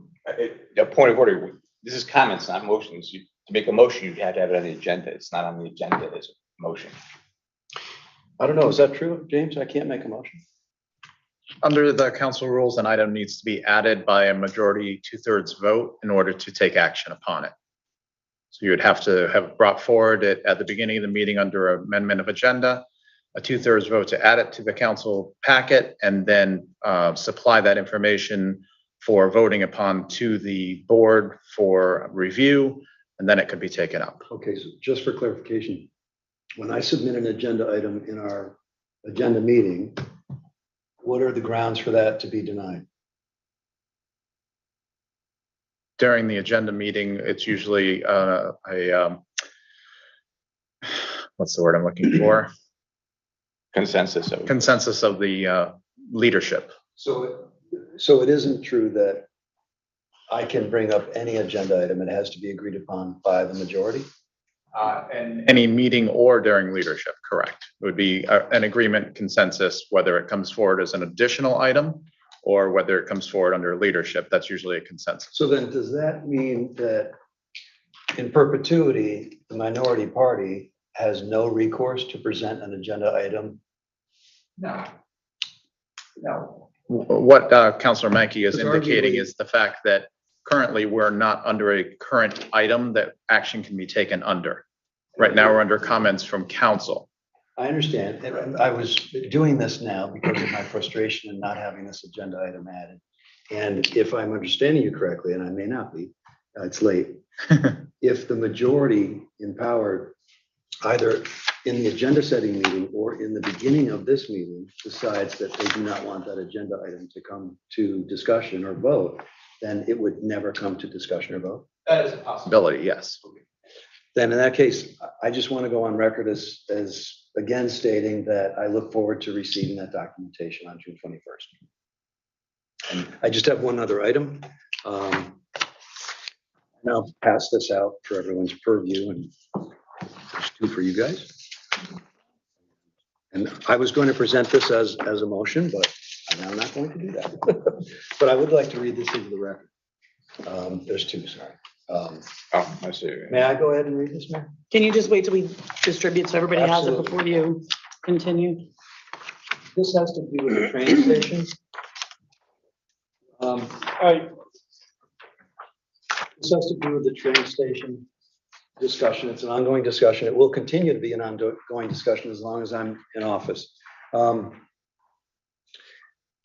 our ongoing conversation, since many of you on this council voted in favor of moving forward with architectural design for a train station. And in my comments on February, since my comments in February, many comments from this body have indicated that there's no need or reason to go forward with an adamant expression of a desire for a train station if there's no funding involved. And I understand that. And that was reiterated by discussions with the DOT about funding availability. the mayor and I and others may have, I don't know who else received correspondence from Senator Lesser's office. There is now money available. We have millions of dollars sitting on a table. There is, Mr. Camilla, excuse me, Councilor Camilla. No. You can shake your head, but I'm not done yet. We're not addressing other councils either. You're addressing the council as a whole. Fair enough. Thank you. Mhm. If you look at the headlines in the paper recently or on the news, Enfield just was the recipient of $15 million to have a train station in Enfield. There is money available. So I just would like to read this in the record. There is. Resolved, the Newington Town Council hereby directs Mayor Beth Delbuno to send the attached letter to Governor Ned Lamont, urging him to commit the funds to expeditiously design and construct the Hartford Line Newington Station. And this is to the governor. Dear Governor, the Hartford Line was conceived with a station in Newington. If I could just, I just want to make sure that people understand, I did not write this letter. It has my signature on it. No. Or my This signature is a line. proposal. I just want to make sure that the public understands this is your proposal with my name on it. Continue. Fair enough. Thank you. Mhm. Dear Governor, the Hartford Line was conceived with a station in Newington, restoring passenger rail service to our town after being shut down since 1959. In 2019, the Connecticut Department of Transportation asked us to create zoning that would stimulate meaningful transit-oriented development in proximity of the new Newington station. We took that request seriously, adopting Transit Village Design District regulations that are a model for all municipalities along the Hartford Line. Subsequently, Newington Station was added to the CDOT's capital plan. However, physical construction of the station was delayed due to a shortage of funds. With billions of dollars of federal infrastructure and American Rescue Plan funds coming to Connecticut, the money is now available to build out the Hartford Line stations as originally planned. On behalf of Newington's Town Council, I urge you to make Newington Station a priority and commit the necessary funds to initiate design and construction as quickly as possible. This is the time to bring the station online, benefiting the citizens of Newington and surrounding towns, as well as the Central Connecticut State University community and those who use the Hartford Line and CT Fast Track currently and in the future. Moreover, with surging concerns about energy and security and inflation, it is imperative to offer more people another convenient, affordable mass transit option. Yours truly, and these are my words, not yours, Mayor, but this would be from you if you agree. Beth Delbuno, Mayor of Town of Newington, and this is CC to the Commissioner of the DOT. I'm going to continue to press this. I think it's important for our community. We're looking at tens of millions of dollars of development for our community. It's totally consistent with what's happening on Cedar Street now and into the future. It's consistent with our demands for greener alternatives for transportation and getting people off the roads and butts on the train and traveling around our state and potentially to cities like Boston when they hopefully complete the Worcester to Springfield line. That would get us there, and obviously connections to New York and beyond. I appreciate your time. I know it's late, and I know some of you are very sick of hearing me about the train station, but I'm not going to go away. So I appreciate your indulgence, and I welcome any feedback. I would like to address this issue, and the entire council was copied on my response to Senator Lesser, who did reach out. The original email that came forward to me was addressed to myself and Mr. Chapman. He indicated that, I'll read it. As you know, Newington train station is listed on DOT's long-term capital plan. It's not currently on the immediate DOT priority list. He says that he had spoken to a senior DOT leader that particular day, which was May 17th. They indicated to him that they will return it to the priority list if they receive a letter from you, meaning me, affirming that Newington supports a station at the Cedar Street location. To the best of my knowledge, that reflects the will of the council and the TPZ. This letter is extremely time sensitive because a tranche of funds will be available as soon as the next bond commission meeting, and decisions are being made right now. Please let me know ASAP if you are able to turn a letter around, and feel free to call me. Sincerely, Matt Lesser. I'm leaving out his phone number. I did respond and asked him to let me know what the exact time frame was. He responded back, and he did say that DOT does not need a formal statement or resolution from the council, just a written statement from you as chief elected official indicating general support for a train station at the Cedar Street location. There's more to the statement. Wouldn't limit you or the council's ability to have input as the project proceeds or even withdraw support in an extreme case, but does seem to be enough to give DOT the signal they feel they need that Newington will be supportive of a rail project. Without an indication of local support, the project will not get onto DOT's priority list. I will read what was provided to the entire council, my response to Senator Lesser. I said, Senator Lesser, I agree with your assessment that there is a general interest for a train station in Newington. We were told that no funding would be available for at least 10 years. Our major areas in town, including Cedar Street, are changing rapidly with housing and economic development. As such, the council has not made a formal decision as to the location of a train station, but would be happy to work with the state when funding becomes available to determine the appropriate and most needed location for our residents based on the landscape of our community at that time.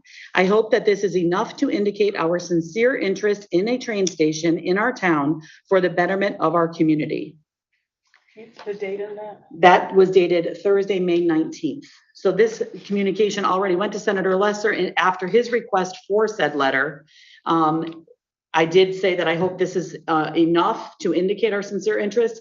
I did not receive any further communication from him indicating that he needed anything more from me as chief elected official.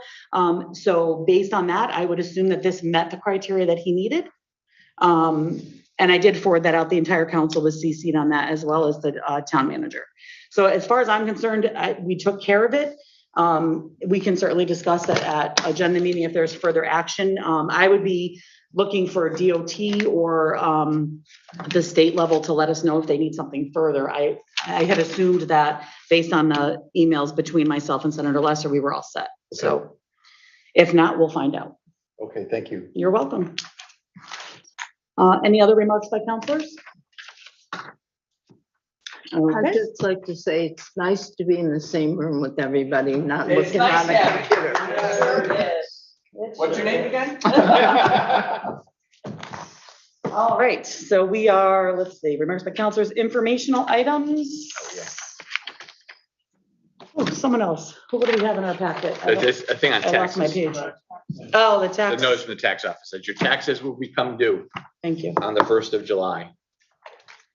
Happy July 1st. No waivers, huh? All right, there it is on the screen. If anybody needs more information, you can always call the revenue collector's office. Just keep in mind, we only send the bill out once a year, so you have to hold the stub until December to pay your second half of your taxes. If you pay your taxes twice a year. Okay. Item for you, Okay. which of course I couldn't put in the packet because it happened on Saturday. We held our spring shredding event again. Yep. We had a good turnout, a couple of repeats who remembered it, and it was a good thing. So we have indicated to everybody who showed up, we'll be doing it again in the fall. Great. So we'll hopefully get some more signage out there and see a larger group of people. Excellent. It's a good service. Yeah, it is. A lot of people request that. I do get requests for that, so thank you. It's excellent. All right, so that brings us to the end. So a motion to adjourn? So moved. Moved by Counselor Banky, seconded by Counselor Donahue. Any discussion? Hearing none. All those in favor say aye. Aye. Any opposed? We stand adjourned at, my watch is dead, 10:38. 10:38. Hopefully it's battery Thank operated you. watches. If you're opposed to it, Yeah. Yeah.